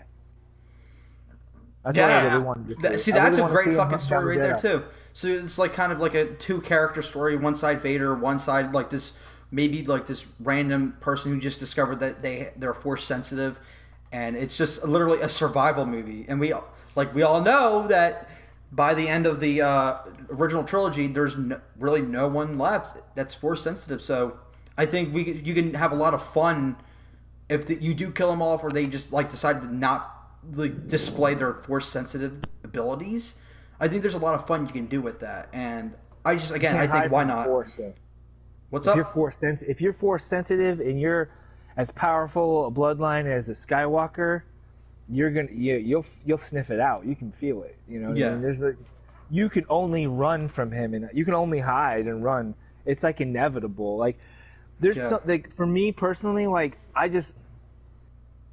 The whole having the the military coming down on a planet and Vader drops down with the fucking stormtroopers and he's hunting a Jedi. Yeah, see that's awesome. Man. Yeah, I think there's a lot of like, especially when you take what happened in Rogue One at the end of Rogue One, there's a lot of dope shit you can do with Vader with modern technology, and I think if you really want to show how badass Vader is as a villain, I think that would be the way to do it. Just make him get his own solo movie, even though he's like sharing it with another hero. But it's like, even though he's getting equal screen time with this said hero, but it's still like the arc is all his. I don't know. I think it'll be a really awesome idea. I'll be there day one. And again, I'm not usually stoked about Star Wars movies because I'm not the biggest Star Wars fan. But like getting a modern day Vader movie after what we saw in Rogue One, I'm down. I'm down for anything. Honestly, I would much rather it be a mini series on Disney Plus. Yep. You could give it to Favreau if you want, because he did a splendid job with The Mandalorian. I mean, that series was beyond anything I thought it would ever be. It was absolutely better than 8 or 9 or 7. They proved stuff too. They proved that we will watch a guy with a helmet on the entire time. Yep. Yeah. That such you make it fantastic compelling acting. Enough, we're not going to give a shit. Right. Yeah. Yep. Yeah. Great acting, great writing, great characters. You're right, I Leo. mean, it's a lone wolf and cub story. Like, it's awesome to follow these guys through the galaxy and to follow them to different planets. Like, that, for me, that's like what I wanted to watch with Star Wars. Like, I'm like, I want to watch guys like go from planet to planet and like do all these little ragtag adventures. It's great. Like, I mean, and the writing is strong. The directing is phenomenal. I'm sorry, I gotta say the Bryce Dallas Howard episode isn't as strong as the others, but I'm not gonna say it was bad. It might not be to the level of the other ones, but man, it's just a fantastic series, and it has so much lore from the original Star Wars trilogy, and they're also not referencing the Force really. I mean, like they reference it as like magic, like as like religious magic, and I'm like, all right, well, that tells us what the people on the actual ground of Star Wars thought of the Force. Yes, exactly. It wasn't this whole they're like, what is this shit? Yeah, you know what I mean? Like they're just as confused as rumors, we would be. Right? Yeah, it's all rumors, speculation, hearsay. Yep. This guy saw this guy saw that, but nobody ever actually saw it. Yeah, it's really fucking neat. I love it. John Favreau is slowly becoming one of my favorite storytellers. Like I didn't love know Jon Favreau. that fat guy from Swingers was gonna be this dude. Like I had no idea. Yeah, did you guys ever see the movie Chef? Yes. I Man, love I love Chef. love that movie. What? That was a bad movie. What? Bad? I didn't like it at all. Why? Wow. You don't like 'Cause food, I think- jerk. I do like food. I don't like John Favreau's character in that. He's an asshole. What? In the beginning, he's like a dick. I work in this shit, blah, blah, blah, and he gets a taco cart with his fucking kid, and he's like, I'm half Mexican, so are you. You need to learn how to make tacos. Chef. Clearly someone doesn't understand what characters are. Damn. No, I didn't. Chris, don't hit me. Go look it up on IMDb, and you tell me the rating is higher. Higher than what? No, I'm just okay. Is it rotten? I bet you it's rotten No. on Tomatoes. No, it's It is. 87 on Rotten Tomatoes. Yeah, it's 87. What? It's positive. I didn't get it. I just. I love that movie, man. Dude, I thought that movie was fucking incredible. I loved it. What? I loved it. Yeah. Also, like, he launched a food truck with his ex-wife. Okay, that's what I said. His ex-wife is there with the kid. He's Mexican, and they make tacos. So you're implying that the movie's racist? Question mark. No, I'm just saying I don't remember. It's not memorable except for those like bitty bits and bits. Like, Because I don't even. It's Isn't awesome it? to me, man. Who plays the mom? I forget her Sofia name. Vergara. Yeah. Oh, Sofia Vergara. Yeah. Oh my god. And I just thought like John Favreau did Swingers, guys. Have you seen that? no. Yeah. Have you seen the what's the other one that he did with? I know that The one- what put him on the The map one was Elf. where Puff Daddy's in it too. What? Huh? Puff Daddy's in it. He did a movie with Who's Puff Daddy? with Vaughn. You know, P Diddy. That doesn't Come on, make it P. any Diddy, easier. bro. No, Yeah, not he's making in it it. easier. What's You it don't called? know It's not Puff called- Daddy? Hold on. No, I don't. I'm sorry. I told you I was neglected as a kid when it came to film. Puff Daddy- no, P. this is Diddy a- is an he's a- artist, bro. He's a musician. No, Oh, no, then he's I not. then, No, yeah, he's I not. meant, No, then, he's that, not. He's not a musician. I'm sorry. but He's no. a producer. Producer. Okay, then Yeah, he is, dude. Then that's why I don't know. Yeah, he is. I'm not He's not a attuned to that musician. world. What Mom and Dad are instrument does fighting Puff again. Daddy play other than his mouth? It requires. Wow, bro. It You know that requires a P. Diddy lot raps to a actually week. write music. It requires you to understand be that. a musician, bro. Sorry. We're not gonna have this argument. You Mommy- think he was? Mommy on the and Daddy studio are fighting. making beats like Dre? I don't think he was necessarily making beats like Dre, but he was definitely involved in production, dude. You cannot say he's not. All right, I will say that I don't. I don't think his rap is on par with anybody else's. No, I'm not sitting up here saying he's an award. I mean, like an amazing rapper. That's not my point. His point is I'm that saying he produces, bro, and production does it does require you to be a musician of some sort. yeah, just because Okay. it's bad doesn't No, mean fair it. enough. Yeah, it's like writing Trolls 2, but you wrote the movie, so therefore you're a filmmaker, even though the movie is Trolls 2. No, your analogy doesn't. Yes, it works. Leo, I know what you're saying. Yes, you're right.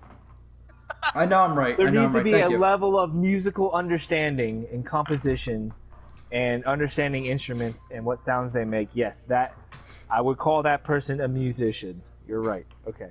You win. But he's a horrible artist. Damn, dog.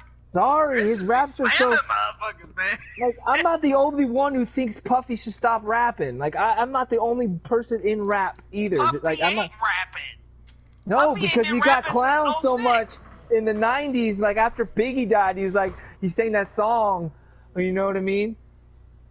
I'll be missing you every step I take. Yeah, I miss Biggie too, but you were in my world, you in my dreams. I don't know how to rap. I just say shit. Chris over here sipping on some Gatorade,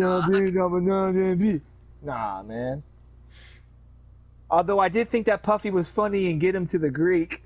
I thought he was hilarious as Sergio. Y'all see that? Hello? No. Yeah, but Chris, you over here dumping on P. Diddy, and I'm just not gonna have it, my man. So go ahead, get out your No, system. I'm done. I think he's a cool actor. I think he's talented. He was in Monsters Ball. You ever see that? Yep. Yeah, Leo's pissed off at boy. me. I can tell because I don't like Puff I'm like, Daddy. damn, you went in on Puffy, dog. It's like, not, I you had feel to like go you. that far. Yeah. Yeah, My you didn't bad. just hate on him. You just slandered him. I know that one song you mentioned. That makes me relevant to this conversation. The one where he's Also, like, "Listen, he's Biggie." sitting up here That one. trashing. He's sitting up here trashing Puppy and Bad Boys for Life is part of the Bad Boys 3 soundtrack.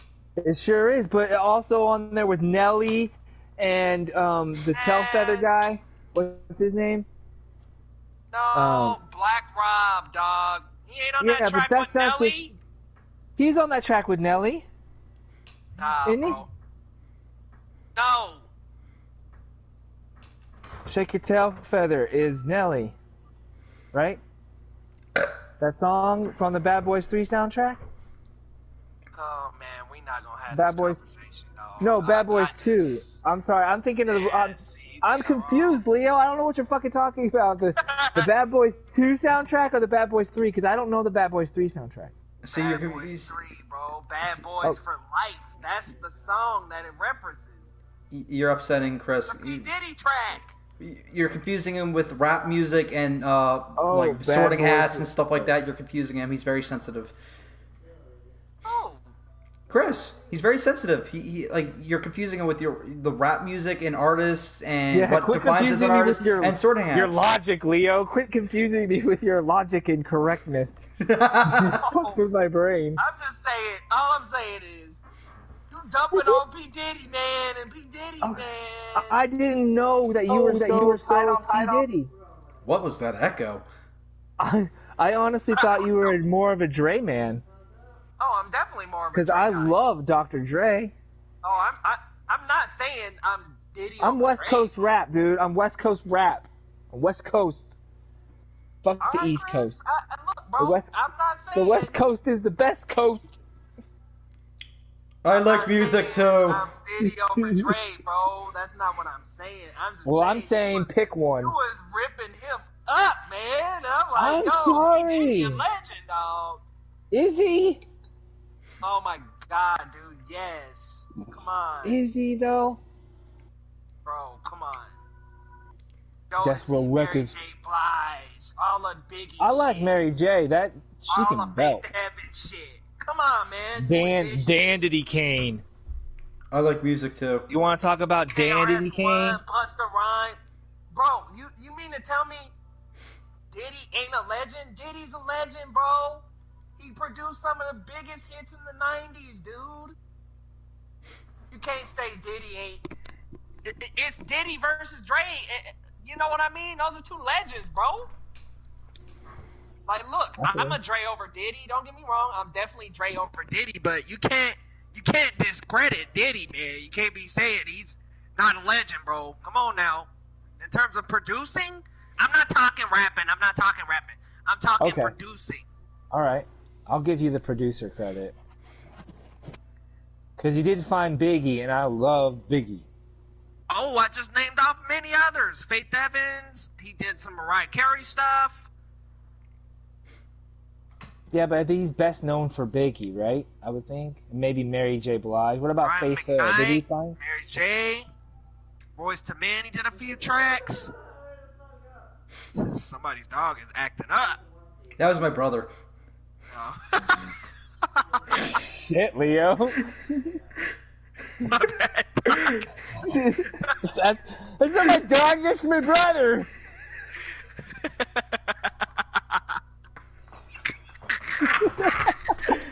God damn, someone's dog's acting up. That's my brother. Right now, P. Diddy is a hell of a producer, very so-so rapper.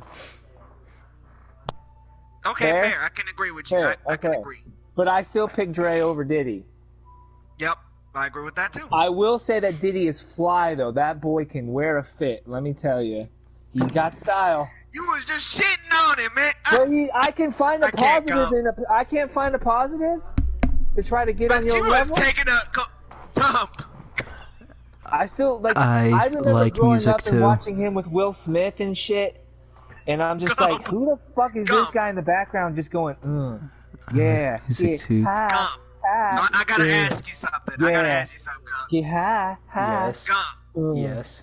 Was he not just taking a complete shit? No, that's. Wasn't he just taking a complete shit on Diddy? Like, was it? We were just talking about Puff Daddy. He taking a complete shit on him. I'm like, damn, bro. I like music too. Oh shit, Gump. What about Wu-Tang Clan? Cream, get the money. I can't literally contribute a Shit, single thing to this conversation.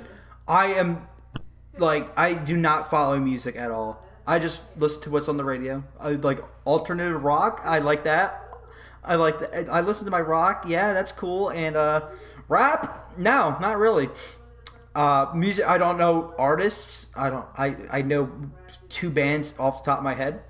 That's about it.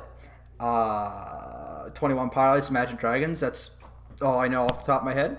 I don't know these rappers, these producers. I don't follow music for the life of me. Yeah. So I like music too. That's why I have to contribute to this conversation of music producers and who's shit and who's not. Damn, so you ain't even seen Straight Outta Compton, my guy? Oh, I did. I did. But that's not off the top of my head. I love the movie. The movie's fantastic. So, That movie wasn't dope. You didn't listen to the album? Of course I How do you not watch that movie and not hop on and go back to listen to some of their tracks, man? I listen to No Vaseline all the time. That's my hate shit when I'm pissed off. I put on some Cube and I just go, yes, bam, I'm back with the AK. I heard you were out with Michelin. Like, that's my shit, dude. I get like, hell yeah. You act like straight bozos. I love it. I like music too. Yeah. I don't know. I'm sorry I can't contribute to this conversation. I would love to, but music was never really a thing growing up. I was just like, okay, let me watch the movie, and if there was a song I liked, I'm like, okay, I'll remember that for later. Dude, that was not in my head the entire time, man. Yeah, it's sad because I know way more. I think I know more music composers than I know actual musicians. Like, when I say actual musicians, I'm talking about like bands and stuff like that. Actual musicians? You better shut up. I just corrected myself, sir. You better shut up. I said this bands is. Oh, for fuck's sake, Chris, you're gonna piss me off between the Harry Potter slander that you were spewing on, and then you were apparently saying something that was very offensive about a rapper because you were slandering him a little too hard. Now this, fuck off. He was all over P. Diddy, man. I like, damn, Chris going in right now.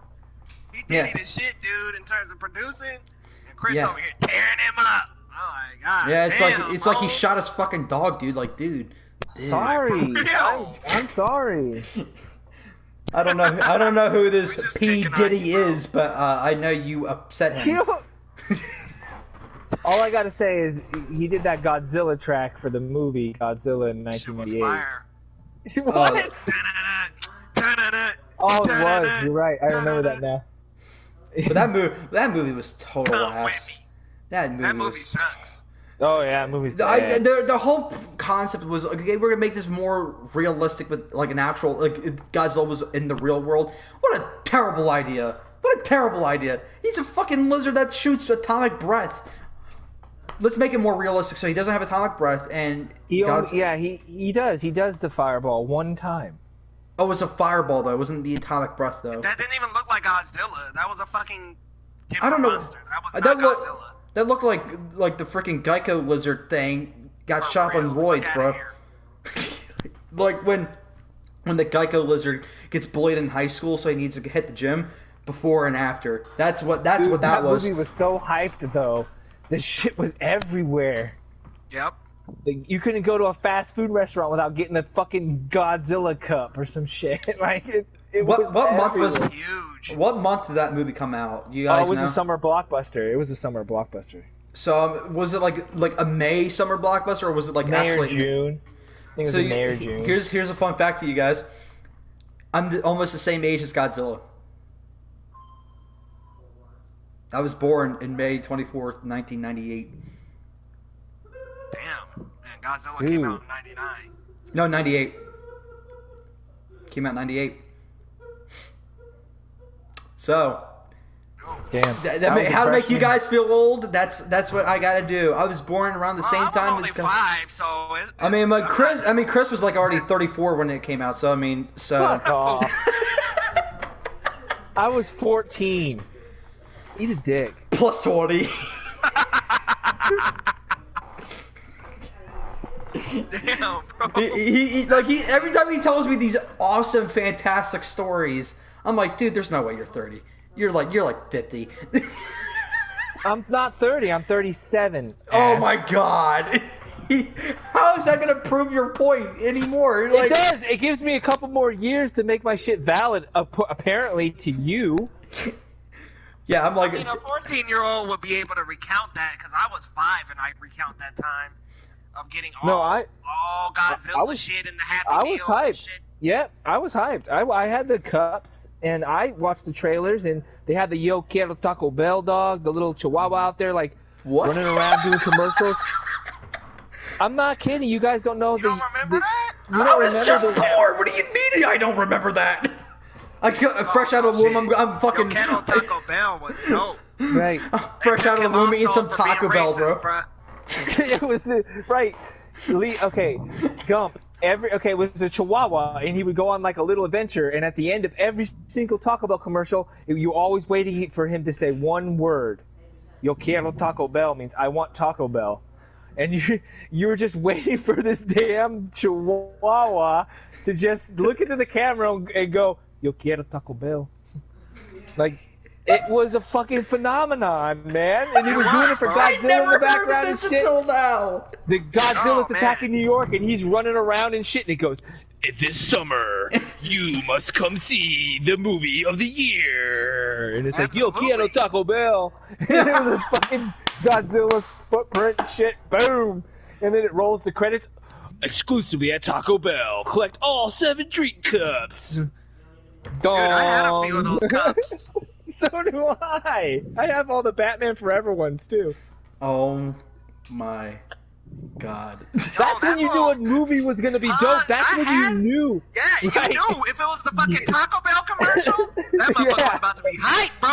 Yeah, you knew you were the little fucking Chihuahua, Yo quiero Taco Bell at the end of all of them and shit. I had and a you fucking had to shirt have whatever that the fuck said it that. was. Yep, you had to buy the combo and shit, you know. The big fat combo with the taco and whatever entree you're getting in the drink. Right. I had the fucking Yo quiero Taco Bell shirt, bro. I had the shirt and the dog and a hat. I know if I look back on these commercials, I'm going to be disappointed because it's not George Lopez, because George Lopez played a Chihuahua for, 5 movies. So, I'm going to be instantly disappointed. He only says Yo quiero Taco Bell, so for all we know, it could be George Lopez. If it is George Lopez, it's going to be the greatest commercial of all time. We need you to say one thing. I mean, it was arguably one of the most successful ad campaigns. It was one of the best ad campaigns ever, man. I don't know about you, but I wanted Taco Bell every time I saw that fucking commercial. That's every time. Something, always wanted Taco Bell. That's something spectacular to hear, and we're gonna end it there on a Chihuahua Taco Bell Godzilla my birthday released conversation. Well, I want to thank you guys so much for watching. This was a very fun podcast, and hopefully you guys will join us in for next week, Saturdays, every week. Leo, where can they find you? I think he's gone. I think he died. Chris, where can they find you? Nope. Every time he shoots it back to me, Leo goes, "Nope, I'm still here." Go ahead, Chris. Go on. You can find me between a rock and a hard place, or usually yelling at Leo on the internet. You can find me at Twitter at Leo. I'm not gonna say it because you're gonna get mad at me. You laugh every time I say my fucking user handle. At Chris_Hicks 1138 on Twitter.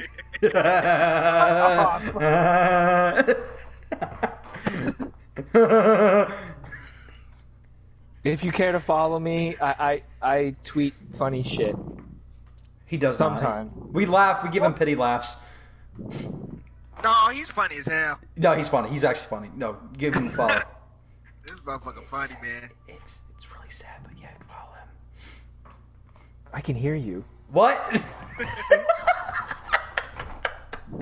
I have an earpiece in my ear. Like, literally, I can fucking hear everything. Oh, dude, he's got those hearing aids cracked up, bro. God damn it. Oh, my goodness. Oh, with the old jokes. All right. I got something for your ass. Oh, no, here come the fat jokes. I'm gonna No, fucking come with... I would never fucking do that, dude. Shut up. I'm a lot of things, but I'm not gonna pick on somebody about their weight or the way they look. You're making me feel like an asshole for basically making old jokes on you because you can't help it. So I'm sorry that I fucking survived. No, like, it's true that I'm fucking old. Like, I'm not mad at you. Like, I'm old. I know I'm old. It's like, God damn it, I'm 37. I'm All like, right, where can we find Leo? Oh yeah, that's right. Where can we find you, Leo? Before we start another conversation. Go ahead and wait. But guys, come on over to Geekly Goods on YouTube, Twitter, and our website, geeklygood.com. We talk the latest in geek, guys, talking about movies, sorts of anime, TV shows, games. I mean, we talk about all of it. Gump is on the channel on Tuesdays, guys, doing gameplay videos. And Chris comes on every Sunday to do our podcast, Sunday Night Geeks, where we talk about the latest in movies and all the other stuff that I just named. And guys, come on over. Let's talk some geek together, y'all. Let's do this. Let's build the community, guys. Come on through. Let's do it. Come on over to the Geekly Good and join the conversation. Yes, very juicy conversations. Oh yeah. Yes. If you think this was good, you should check us out at Geekly Goods. Like, we got a third one in the mix, and she brings it. Yeah, I almost cried last podcast.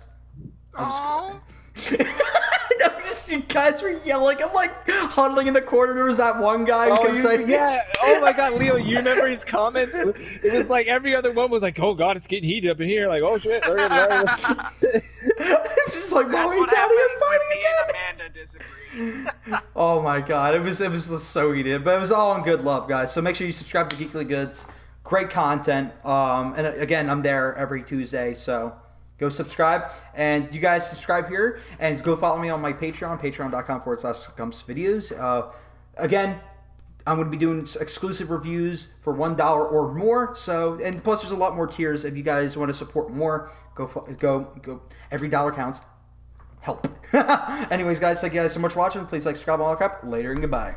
Peace. See ya.